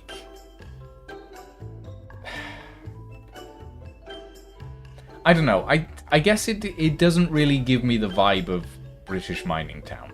Or British industrial town. Well, no, it was a British fishing town. Still doesn't give me that vibe. Which I feel like neither of us has lived in Italy. I mean... Nope, time for a mint. I used to live near Falmouth, so... The character from Dungeon Meshi? No, that's Fallin. Falmouth, as in Cornwall, Falmouth. Like, right near Penzance, basically. Well, not quite that close to Penzance. Hey! Falmouth's lovely! It's named Cornwall, it can't be that good. Cornwall's lovely. It's Cornwall. When it's not raining. But that goes for the rest you're of describing England things as well. you're describing things as like good or bad based in meteorology, whereas I'm describing things as good or bad based on whether they're Tory centres. Cornwall isn't really a Tory centre these days. Might have been at one point, but actually a lot of like people down in Cornwall are mostly Labour these days. Well, after 14-ish years of Tories, most places ought to be. Nope. Yeah. It is still Tory. In fact, right now. Well, for the most part, that's because Cornwall is mostly dominated by old retired couples. Yes, old retired, usually mid to upper wealth white people. Yeah. People who can afford a summer house are more likely to be Tory than anything else. Yes. But that doesn't actually represent the views of most, like, Cornish citizens who are actually, like, born and raised there, who are mostly the working class who hate Tories. I say this having gone to college in Cornwall and having gone to college with most of those, like, college students who were like, we hate fucking Tories everywhere. So everybody should. What was a lovely forecast I saw recently? Actually, was they going to lose like 2,000 like seats? Oh yeah. Oh, something like that. Yeah, around 2,300 seats. It is important to state: never trust what the predictions are. Always vote unless it's always a vote assuming it's worst case. But if that comes true, I mean. If that comes true, we might not see a Tory government for decades. I mean, that would be lovely, in fairness. Yeah, that would be lovely. Nice. I mean, it would also be nice to get a, like, prime ministerial An opposition party that was meaningfully distinct. Well, I was going to say a prime ministerial candidate that actually supports transgender and Palestinian rights, but, you know... well, Ireland does now, so there's that. Oh, well, yeah, but there's, like, this one specific guy in the Irish Parliament that's been, like, heavily, like, advocative of, like, both of those things. Oh, and, apparently, Nicola Sturgeon, called J.K. Rowling a TERF in public the other day. Yep. Which was wonderful. I think she called her worse things than that, in fact. Well, yes, she has. Or at least... And then... Admittedly, calling someone a TERF to you and me is a high insult. But Eh, also to the majority of the mainstream world, there are much worse things to call people. yeah. But Alas. also, like, J.K. Rowling tried to say that Nicola Sturgeon isn't a feminist, which backfired heavily. Yep.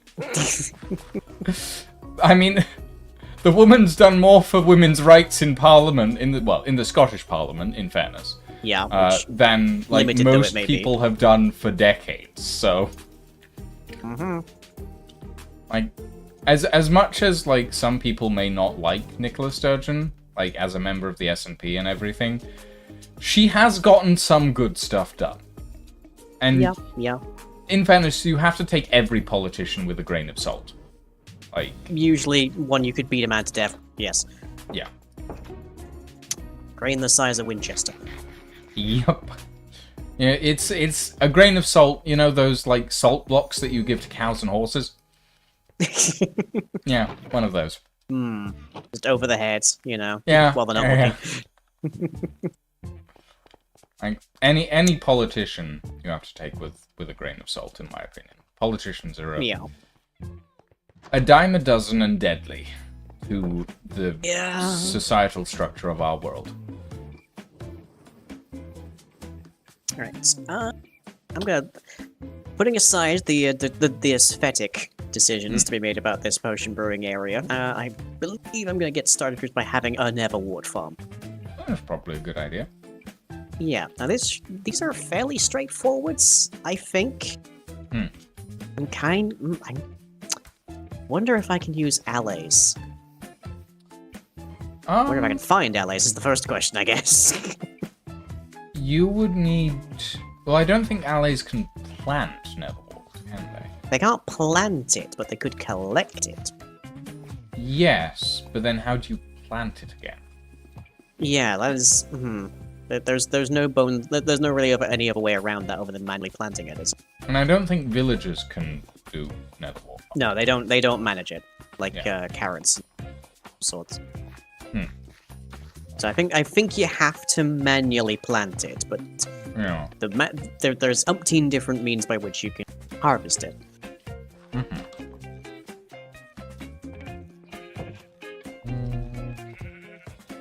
I don't think there's been heavy innovation in like Neverwort farms over the years. I think it's mainly just have a big thing of soul sand.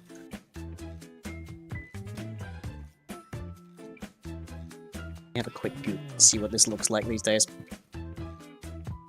Okay, so there is a way to do like an automatic Neverwort farm, but it's like an AFK Neverwort farm. So one it's of those- it's where you just like set yourself in a position and hold right click, basically. Well, it's set yourself in a minecart and keep planting as like a piston breaks the block, basically. Using observers, which Yeah. you know. Hmm. Oh Yeah, god, I'm- Neff is making a proper blacksmith hammer. Oh dear. Oh, That's like a terrifying. model or like In a Nightingale. smithy? Oh, I see. Right. Where What they does have that mean? been... Neff is known in many games for making weapons that cause irreversible damage. Uh-huh. Such as weapons in Terraria and other games that literally eat the world. I could make that here. Nightingale has a relatively extensive weapon customization and creation system. To the point where I think they've managed to make a shotgun that one-shots bosses. Neff is known to be very dangerous when it comes to creating I'm good. Keep going. when it comes to creating cursed objects. And they have been christened on our little Nightingale like build area the Mad Blacksmith. Right. Which I have not seen any of their weapons in action, Probably for the but best. I have been informed that they are terrifying to witness. And they've only had, like... I think they've only played 48 hours of the game so far. I mean, that's 2 days. That's not nothing, but That's 2 days to learn how to create the most powerful weapon in the game. I mean, these days you can just Google that. That's not saying much. Not in a early access day one release line. The new ones are terrifying yourself. You already broke Craftopia in the first week? Ugh. Yeah, Neff is known to... Okay, to put it into perspective, how I met Neff was that we'd found... we were playing Arcade, right? Do you remember that Arcade? It's an old game at this point. Not really, no. Old MMO. Point is, the way I met Neff was through a method of causing boats in arcades to be launched into the stratosphere via the use of poly crossbows. And Neff was doing for that a for fun. 22-step Hang on. Wait, burying the lead here slightly, Neff. There's an ore refining process now in Nightingale? Like, Yes. it goes that deep? Yeah. Ooh. Like, there's an ore refining system. There's, like, you can create specific weapons out of, like, specific components, and you can switch up those components depending on which metals and ingots you use. Will depend on the stats of the weapon, etc., etc. Like, it's very in depth, actually. Interesting. I still can't even touch the thing because it shuts itself down before it actually lets me even get to the main menu. Have you updated your graphics drivers yet? I haven't at the time. I've been packing for moving. Okay, well, maybe you should do that before you try turning it on next time. Like it told you to the first time. Most games don't care. Well, this one's Most really games are early like, access. It's gonna care. Most games are just like, oh, you're gonna look bad, but we've told you that, so it's your fault now. That's what most games do. Oh yeah, that's also true. Neff, the thing with Neff, like the ship jumping thing, it was done with a turtle ship in the first 3 weeks of the game. On the first turtle ship that was acquired in the game. I'm And just turtle remembering ships now are... exactly what nonsense Neff got up to on my Patreon server when we had Create installed. Different Neff. Different Neff? Different Neff. In More than this one case, Nefaria or Encia in my chat. Different Neff. Why? What manner are there two Neffs in the world? I think there's more than two, but this one is N-E-P-H, Neff, whereas yours is N-E-T-H, Neff. So we independently just happen to have a Neff known for breaking things. I believe so, yes. Weird. Back when I were coming up, there weren't no Neffs around at all. That makes sense. Nightingale is Unreal Engine 5 on DirectX 12 line. That's why it needs your graphics drivers to be updated. Right. Yep. Oh well. I'm gonna need a bunch more soul sand for this, I think. But I think but at least for making a soul sand, at least for making a Neverwalk farm, I think this will look decently well. Cascading water levels. Neverwalk. Yeah, I mean, if you just want to hand peg it every single piece of it, then yeah. Can't be bothered. Let's see, how many growth stages are there to Neverwalk? 3, I think. 2 or 3. Yeah, so I should be able to set up an observer looking at one specific piece of Neverwalk, and then just have that pulse into a counter, and when it hits 3, I can just then have it actually set off water lines or something. Better make sure I never meet the other one or the world is ending. Or I could use a piston flying machine. You could. That's probably too much. That's probably too much. I mean... For Neverward, that's probably too much. I remember.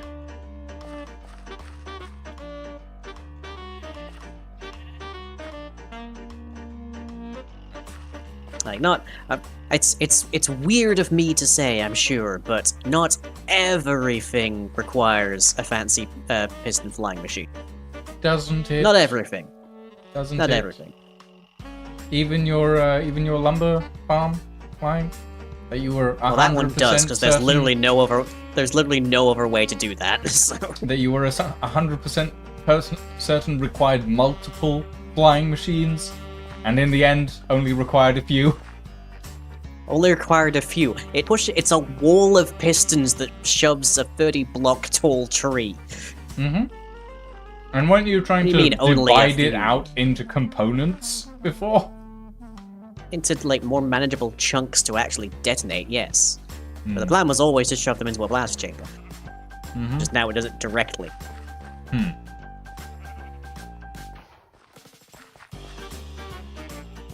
God, I need to figure out the music choices for the episode 31 edit. I've got a few of them down, but like, I don't know what music to use in the Deep Dark for what vibe we've got going there. 80s synthwave, maybe? I've already used some of that. That's what Stranger Things popularized. Also, Neff says, for lying, the way the crafting works is that almost every material has stats on it, and when you craft with them, the stats from your material will be carried over to the object you're making. Oh, sounds Yeah. so good. That's Nightingale for you. Hmm. I think there's a reason people have been telling you should play it. Yeah, I can imagine that. It's a little bit grindy, but it is also like early access. So you're saying it's ripe for automation? There isn't really any automation systems in it yet. It's too early access for that.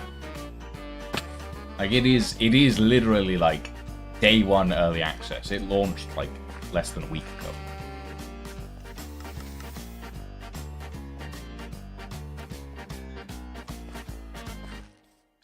Oh yeah, and the materials that you make things out of also affect the appearance. The So, like- appearance? Yeah, So you make something you out can of, like, make dark bright steel purple versus, like, metal wood. rifles and stuff. What metal is bright purple? Enough? I don't know. I know that one of the metals is like a cyan color, and apparently that one's magnesium, and Neff made a gun out of it. I would strongly advise against making anything that uses combustion out of magnesium. So would I, but Neff did it anyway.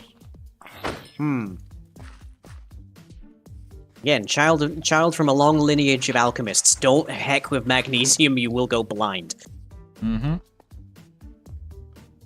The sun is a cube? The sun is a cube. You're right, AJ.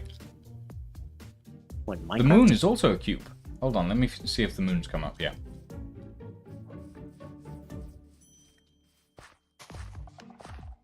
It'll be on the other side. Cube moon. Magnesium is silver. I made it specifically out of magnesium for the joke. I see. It's a porter turret pistol, which makes it even funnier.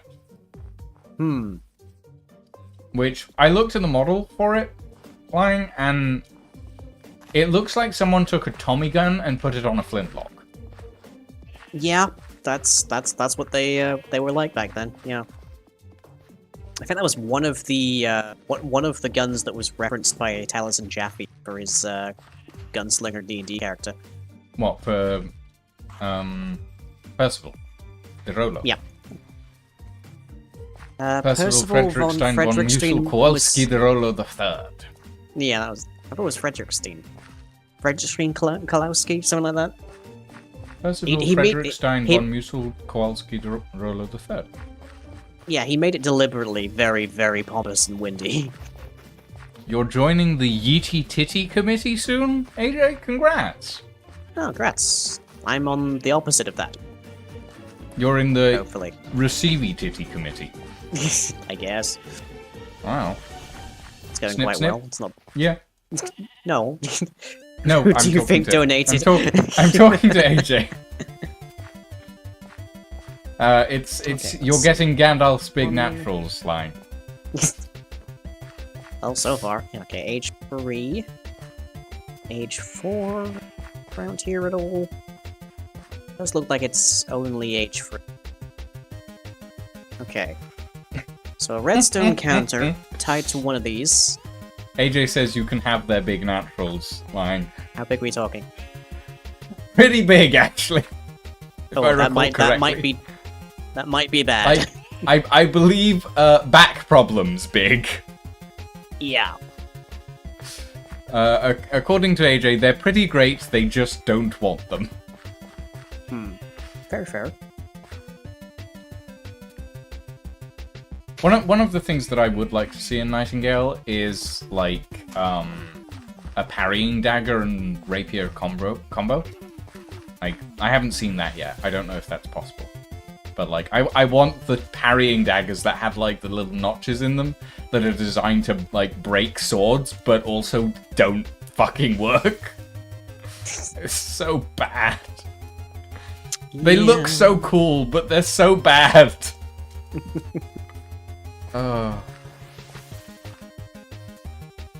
Okay.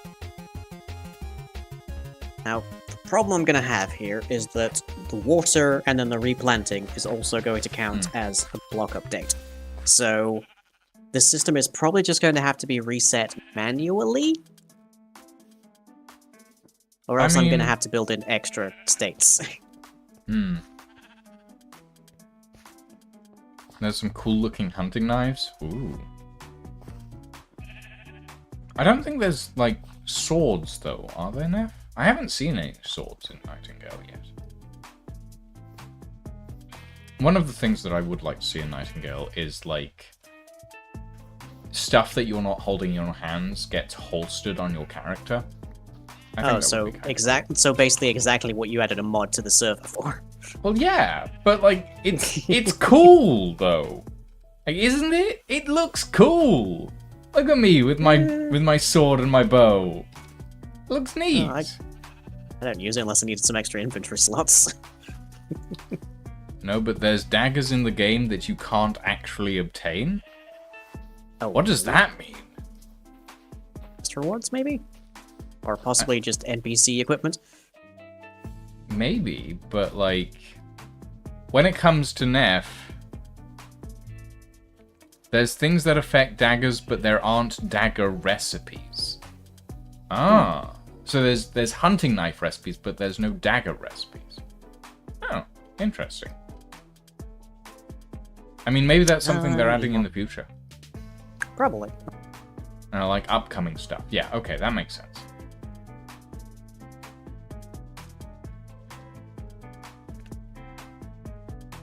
So I need some more cobblestone, but I also need to empty my inventory somewhat.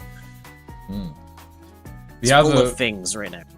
The other thing that we've been encountering, or rather that I've been encountering, is there is a build limit in Nightingale at the moment.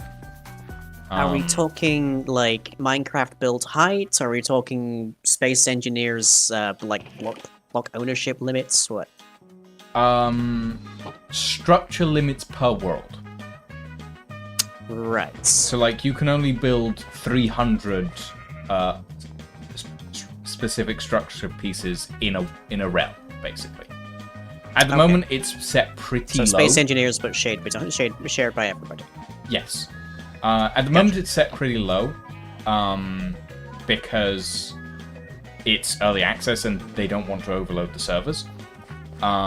There's a lot of requests for them to put the structure limit higher, because like a lot of people want to make community realms where a lot of people can have their houses. We tried to do that at first, but we hit the structure limit pretty quickly with like 8 different people all building their own houses. So having like 200 or so, not so good. Yeah, no. But it Imagine is most friend groups interesting that we that can too. have, like, a lot of different people in the same realm. Like, the party size is limited to 6, but you can have, like, 15 to 20 people in the same world at the same time. Which is pretty cool. Hunting knives can have a lot of interaction, where if you attack someone from behind, you do a special backstab attack. Ooh. Structure limit only affects furniture. Walls have their own limit of 3. Yes. So walls and furniture have like 2 different structure limits. Which is fine, I guess, until someone decides to make like 16 different portals in their house and caps out the structure limit for furniture. Which, yeah, that can be a bit annoying. But yeah. Hunting knives with a CC spellbound onto them are super fun to play with. Oh yeah, because you can apply spells to specific weapons as well. That's a thing in Nightingale. The way you use spells is by applying enchantments to specific weapons and then using them as a casting tool. Which, very fun. Very fun indeed. I during the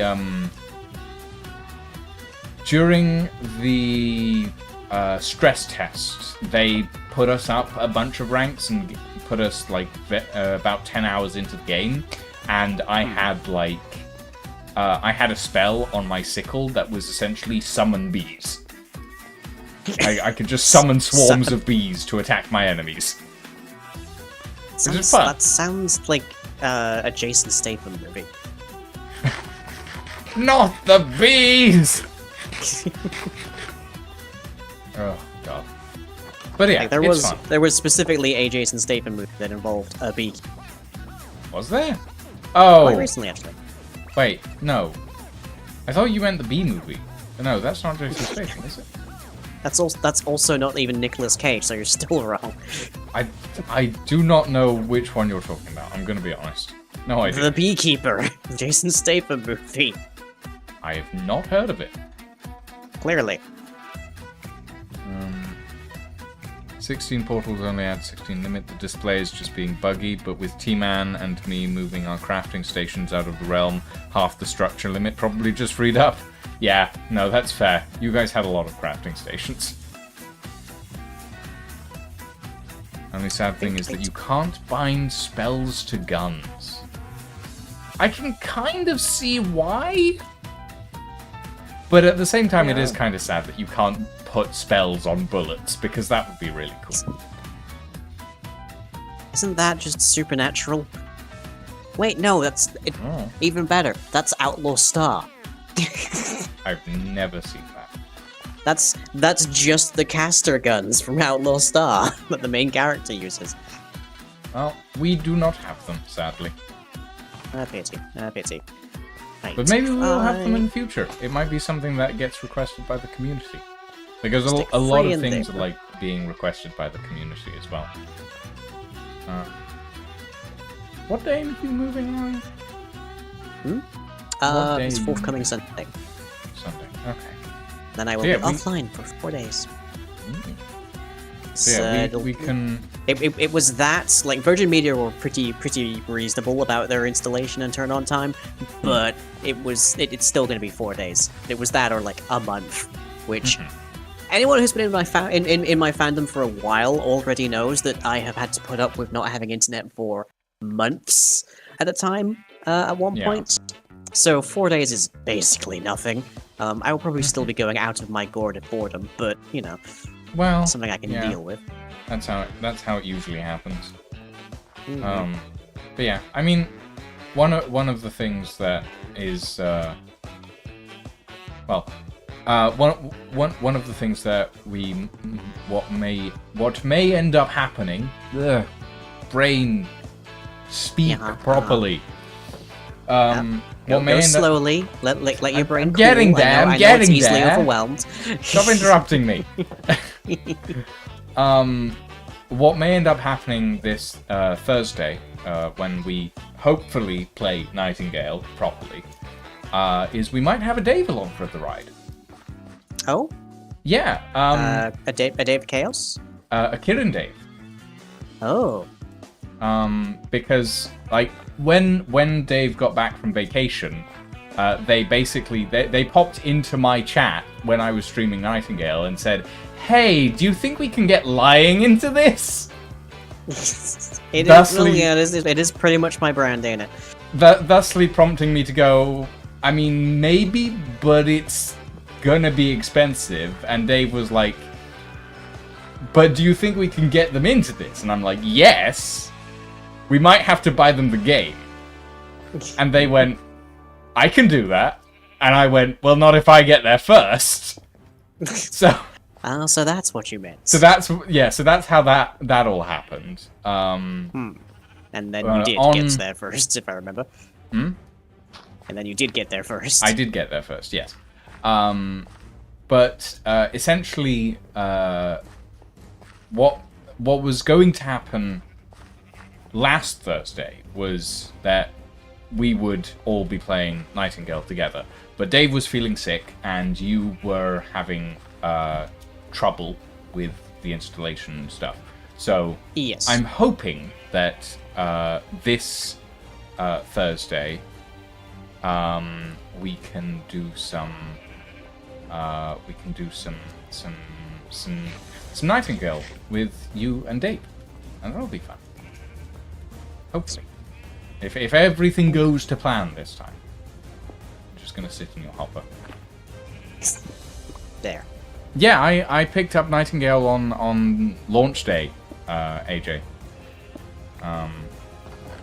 Because I've been waiting for Nightingale for like a year now, and I was like, I'm not waiting anymore. I'm not waiting anymore. So yeah, it's fun. It's very fun. Just lock that. Wow, I can't believe you've locked me in a hopper. If only it worked like a bear trap, yes. Okay. So every time that sample piece, I guess we call of Neverwart, grows for a stage, it'll trigger this dropper, send a item into the item hopper, and then I can detect when the dropper is empty, which should indicate stage 3, which is the final stage of Neverwart. Oh yeah, no, I agree with you there. Then I can send definitely a want pulse to into convert a line of convert our home like realm this into a one, massive which should steampunk then RP town. cause everything to be I think that would flushed be really out. cool. But we need to get a higher build limit before we can do that, 4, realistically speaking. If 8, everyone wants to 12 have plus 9? furniture, Yeah, and if we want to put that should be lampposts totally everywhere. fine. Signal length. Except for a piece of one is no problem. You will love it, AJ. You will love the character creator system. Like, it's character creator. I've heard there's a mandatory 1-hour tutorial, so. Nightingale. Yes. Well, it's not an hour. It's like 30 minutes of tutorial. It's a lengthy tutorial, but it's very informative, and it's pretty good. And the narrator for the tutorial is pretty good. But the character creation is where Nightingale shines. The character creation is where it shines. Oh, no, yeah, seriously. You can set your ancestry to influence your character's visuals. Right. And it's like some of the none of its sliders is the thing.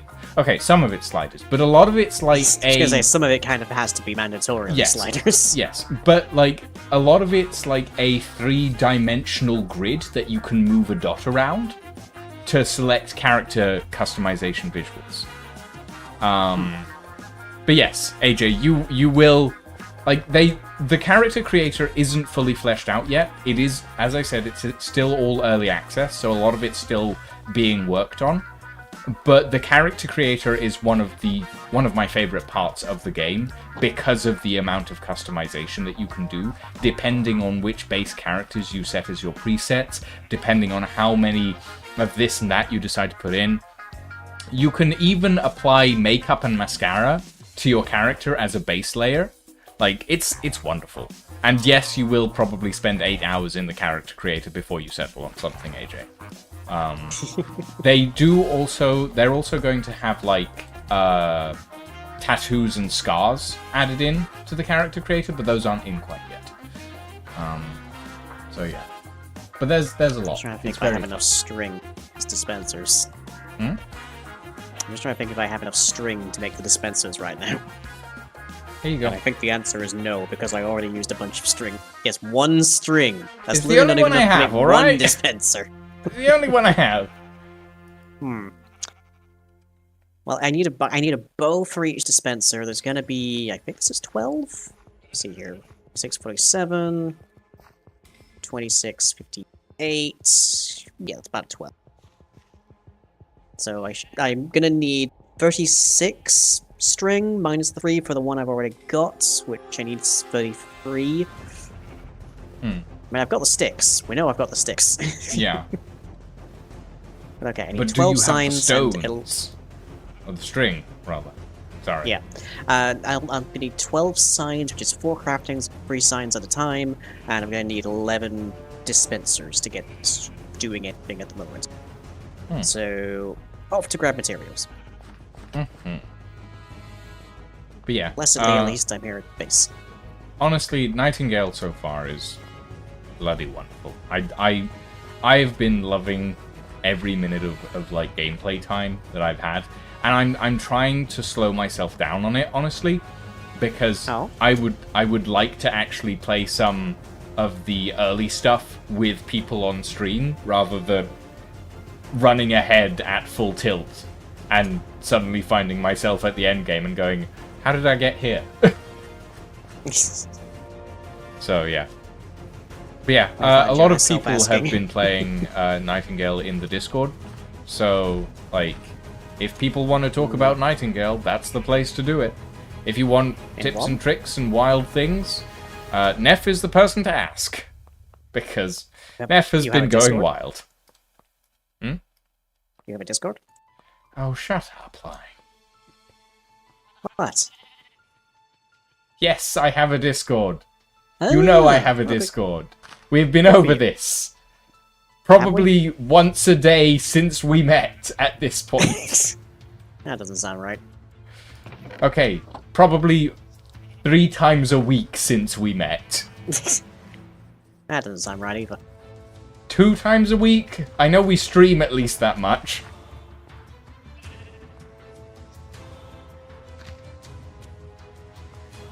Now you've got people in my chat doing that.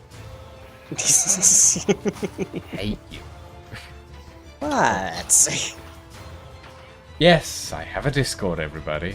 If you do exclamation mark Discord in the chat, you can find the link to it. Those were the days. I've definitely been to a Bastion. I've definitely did a chest in a Bastion Rim.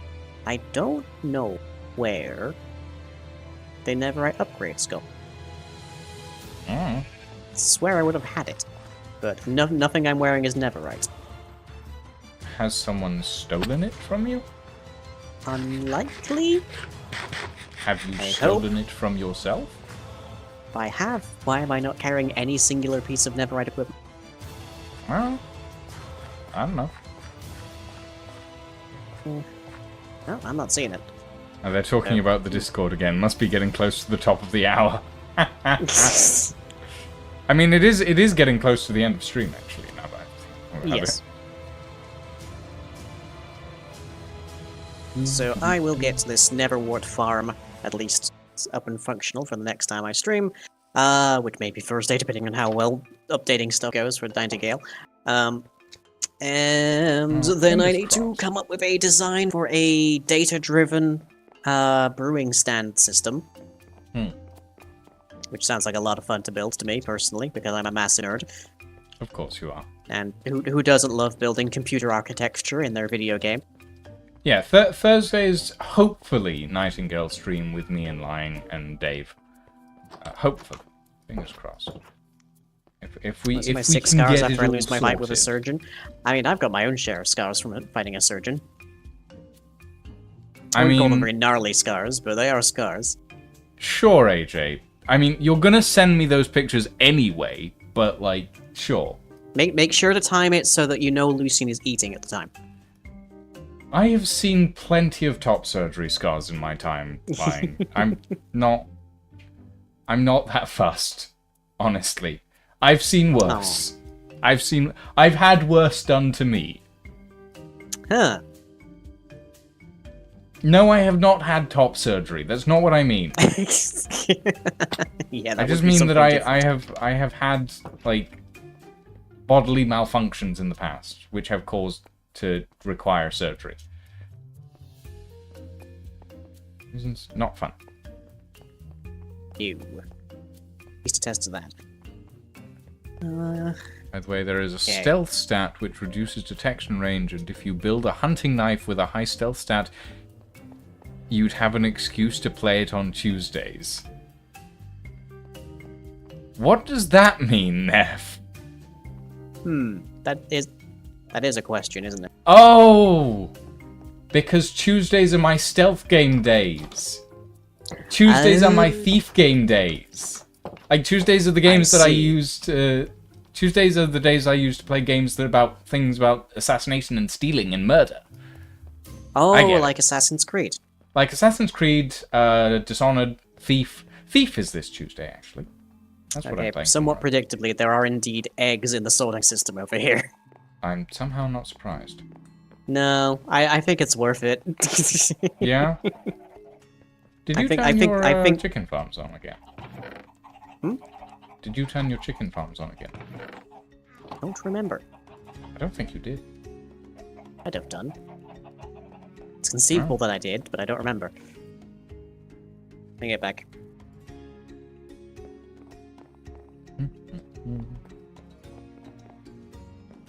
But yeah, hopefully on... Oh yeah, I forgot I said that. Huh? It's Sai's quote from me. Oh, I'm weird with a top hat. Okay, no, I did not re-engage them. I've just been collecting eggs. Oh, so many eggs. You want to hear these things go ham? Or chicken, as the case may be. Or chicken. Oh, yep, there they go. There they go.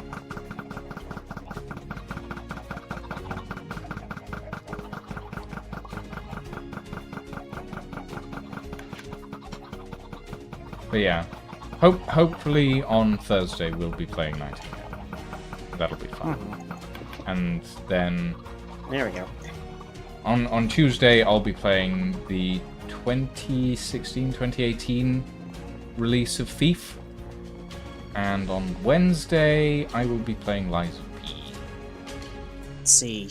Tuesday for me, I will be doing some visual work on the Onryoji boss mob of Trixie Foxes. Ooh.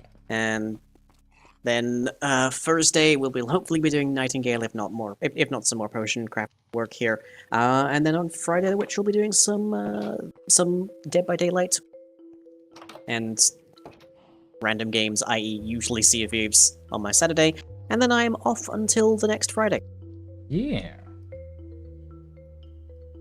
It's rare that I get like vacation time. What do you mean don't make that face? I don't know that This is my face. This is my face. How dare you? I can see what they mean. I only have the one face. Oh, wait, we can solve that. Wow. Rude. Oh, have you never seen Face Off? The classic movie with no, Nicolas Cage? No, I don't want to see that movie. Thank you very much. Well, we were just talking surgical I'm stuff, good. Right?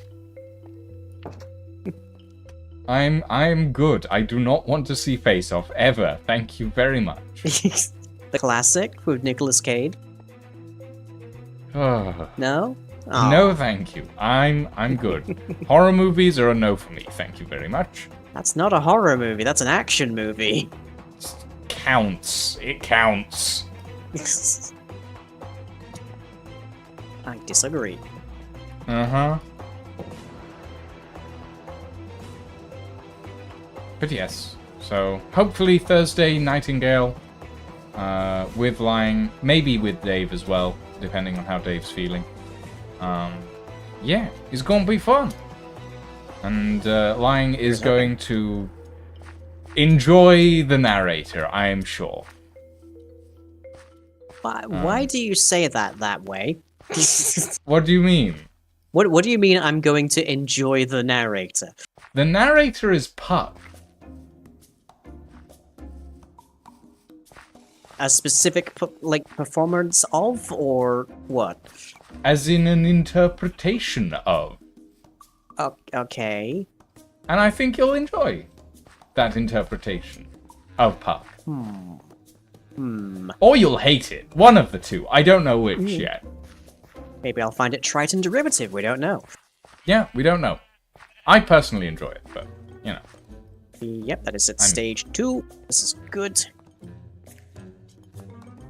Yeah. Right. Well, ladies, gentlemen, all variations thereof. I'm gonna call it. I believe they've tapped out. Nope, no, What? they go. You went silent like mid-sentence there for a hot second. Sorry. I did tap out, yes. But yes, ladies, gentlemen, all variations thereof. I am going to call it for this evening. Ooh, lines wet the nether wart. Yeah, I'm going to call it for the evening. Thank you all very much for joining us. Who are we going to raid? Who are we going to raid? Let's see, who's live? Fine. Ooh. Ah. Ooh. Let's go raid a Fionn. Right. We're gonna go raid a Fionn. Where can I send people? Let me see. There's a Stroof running. I'll send you off to see Stroof. Thank you very how much for much longer joining us, he's everyone. gonna be I hope you streaming, had but, fun. yeah. I certainly did. We'll There's see you the door. tomorrow for And otherwise, I'll catch you all on Maybe we'll Tuesday. finish the game this time I may have to reschedule and/or postpone some streams this week just because of how much heavy lifting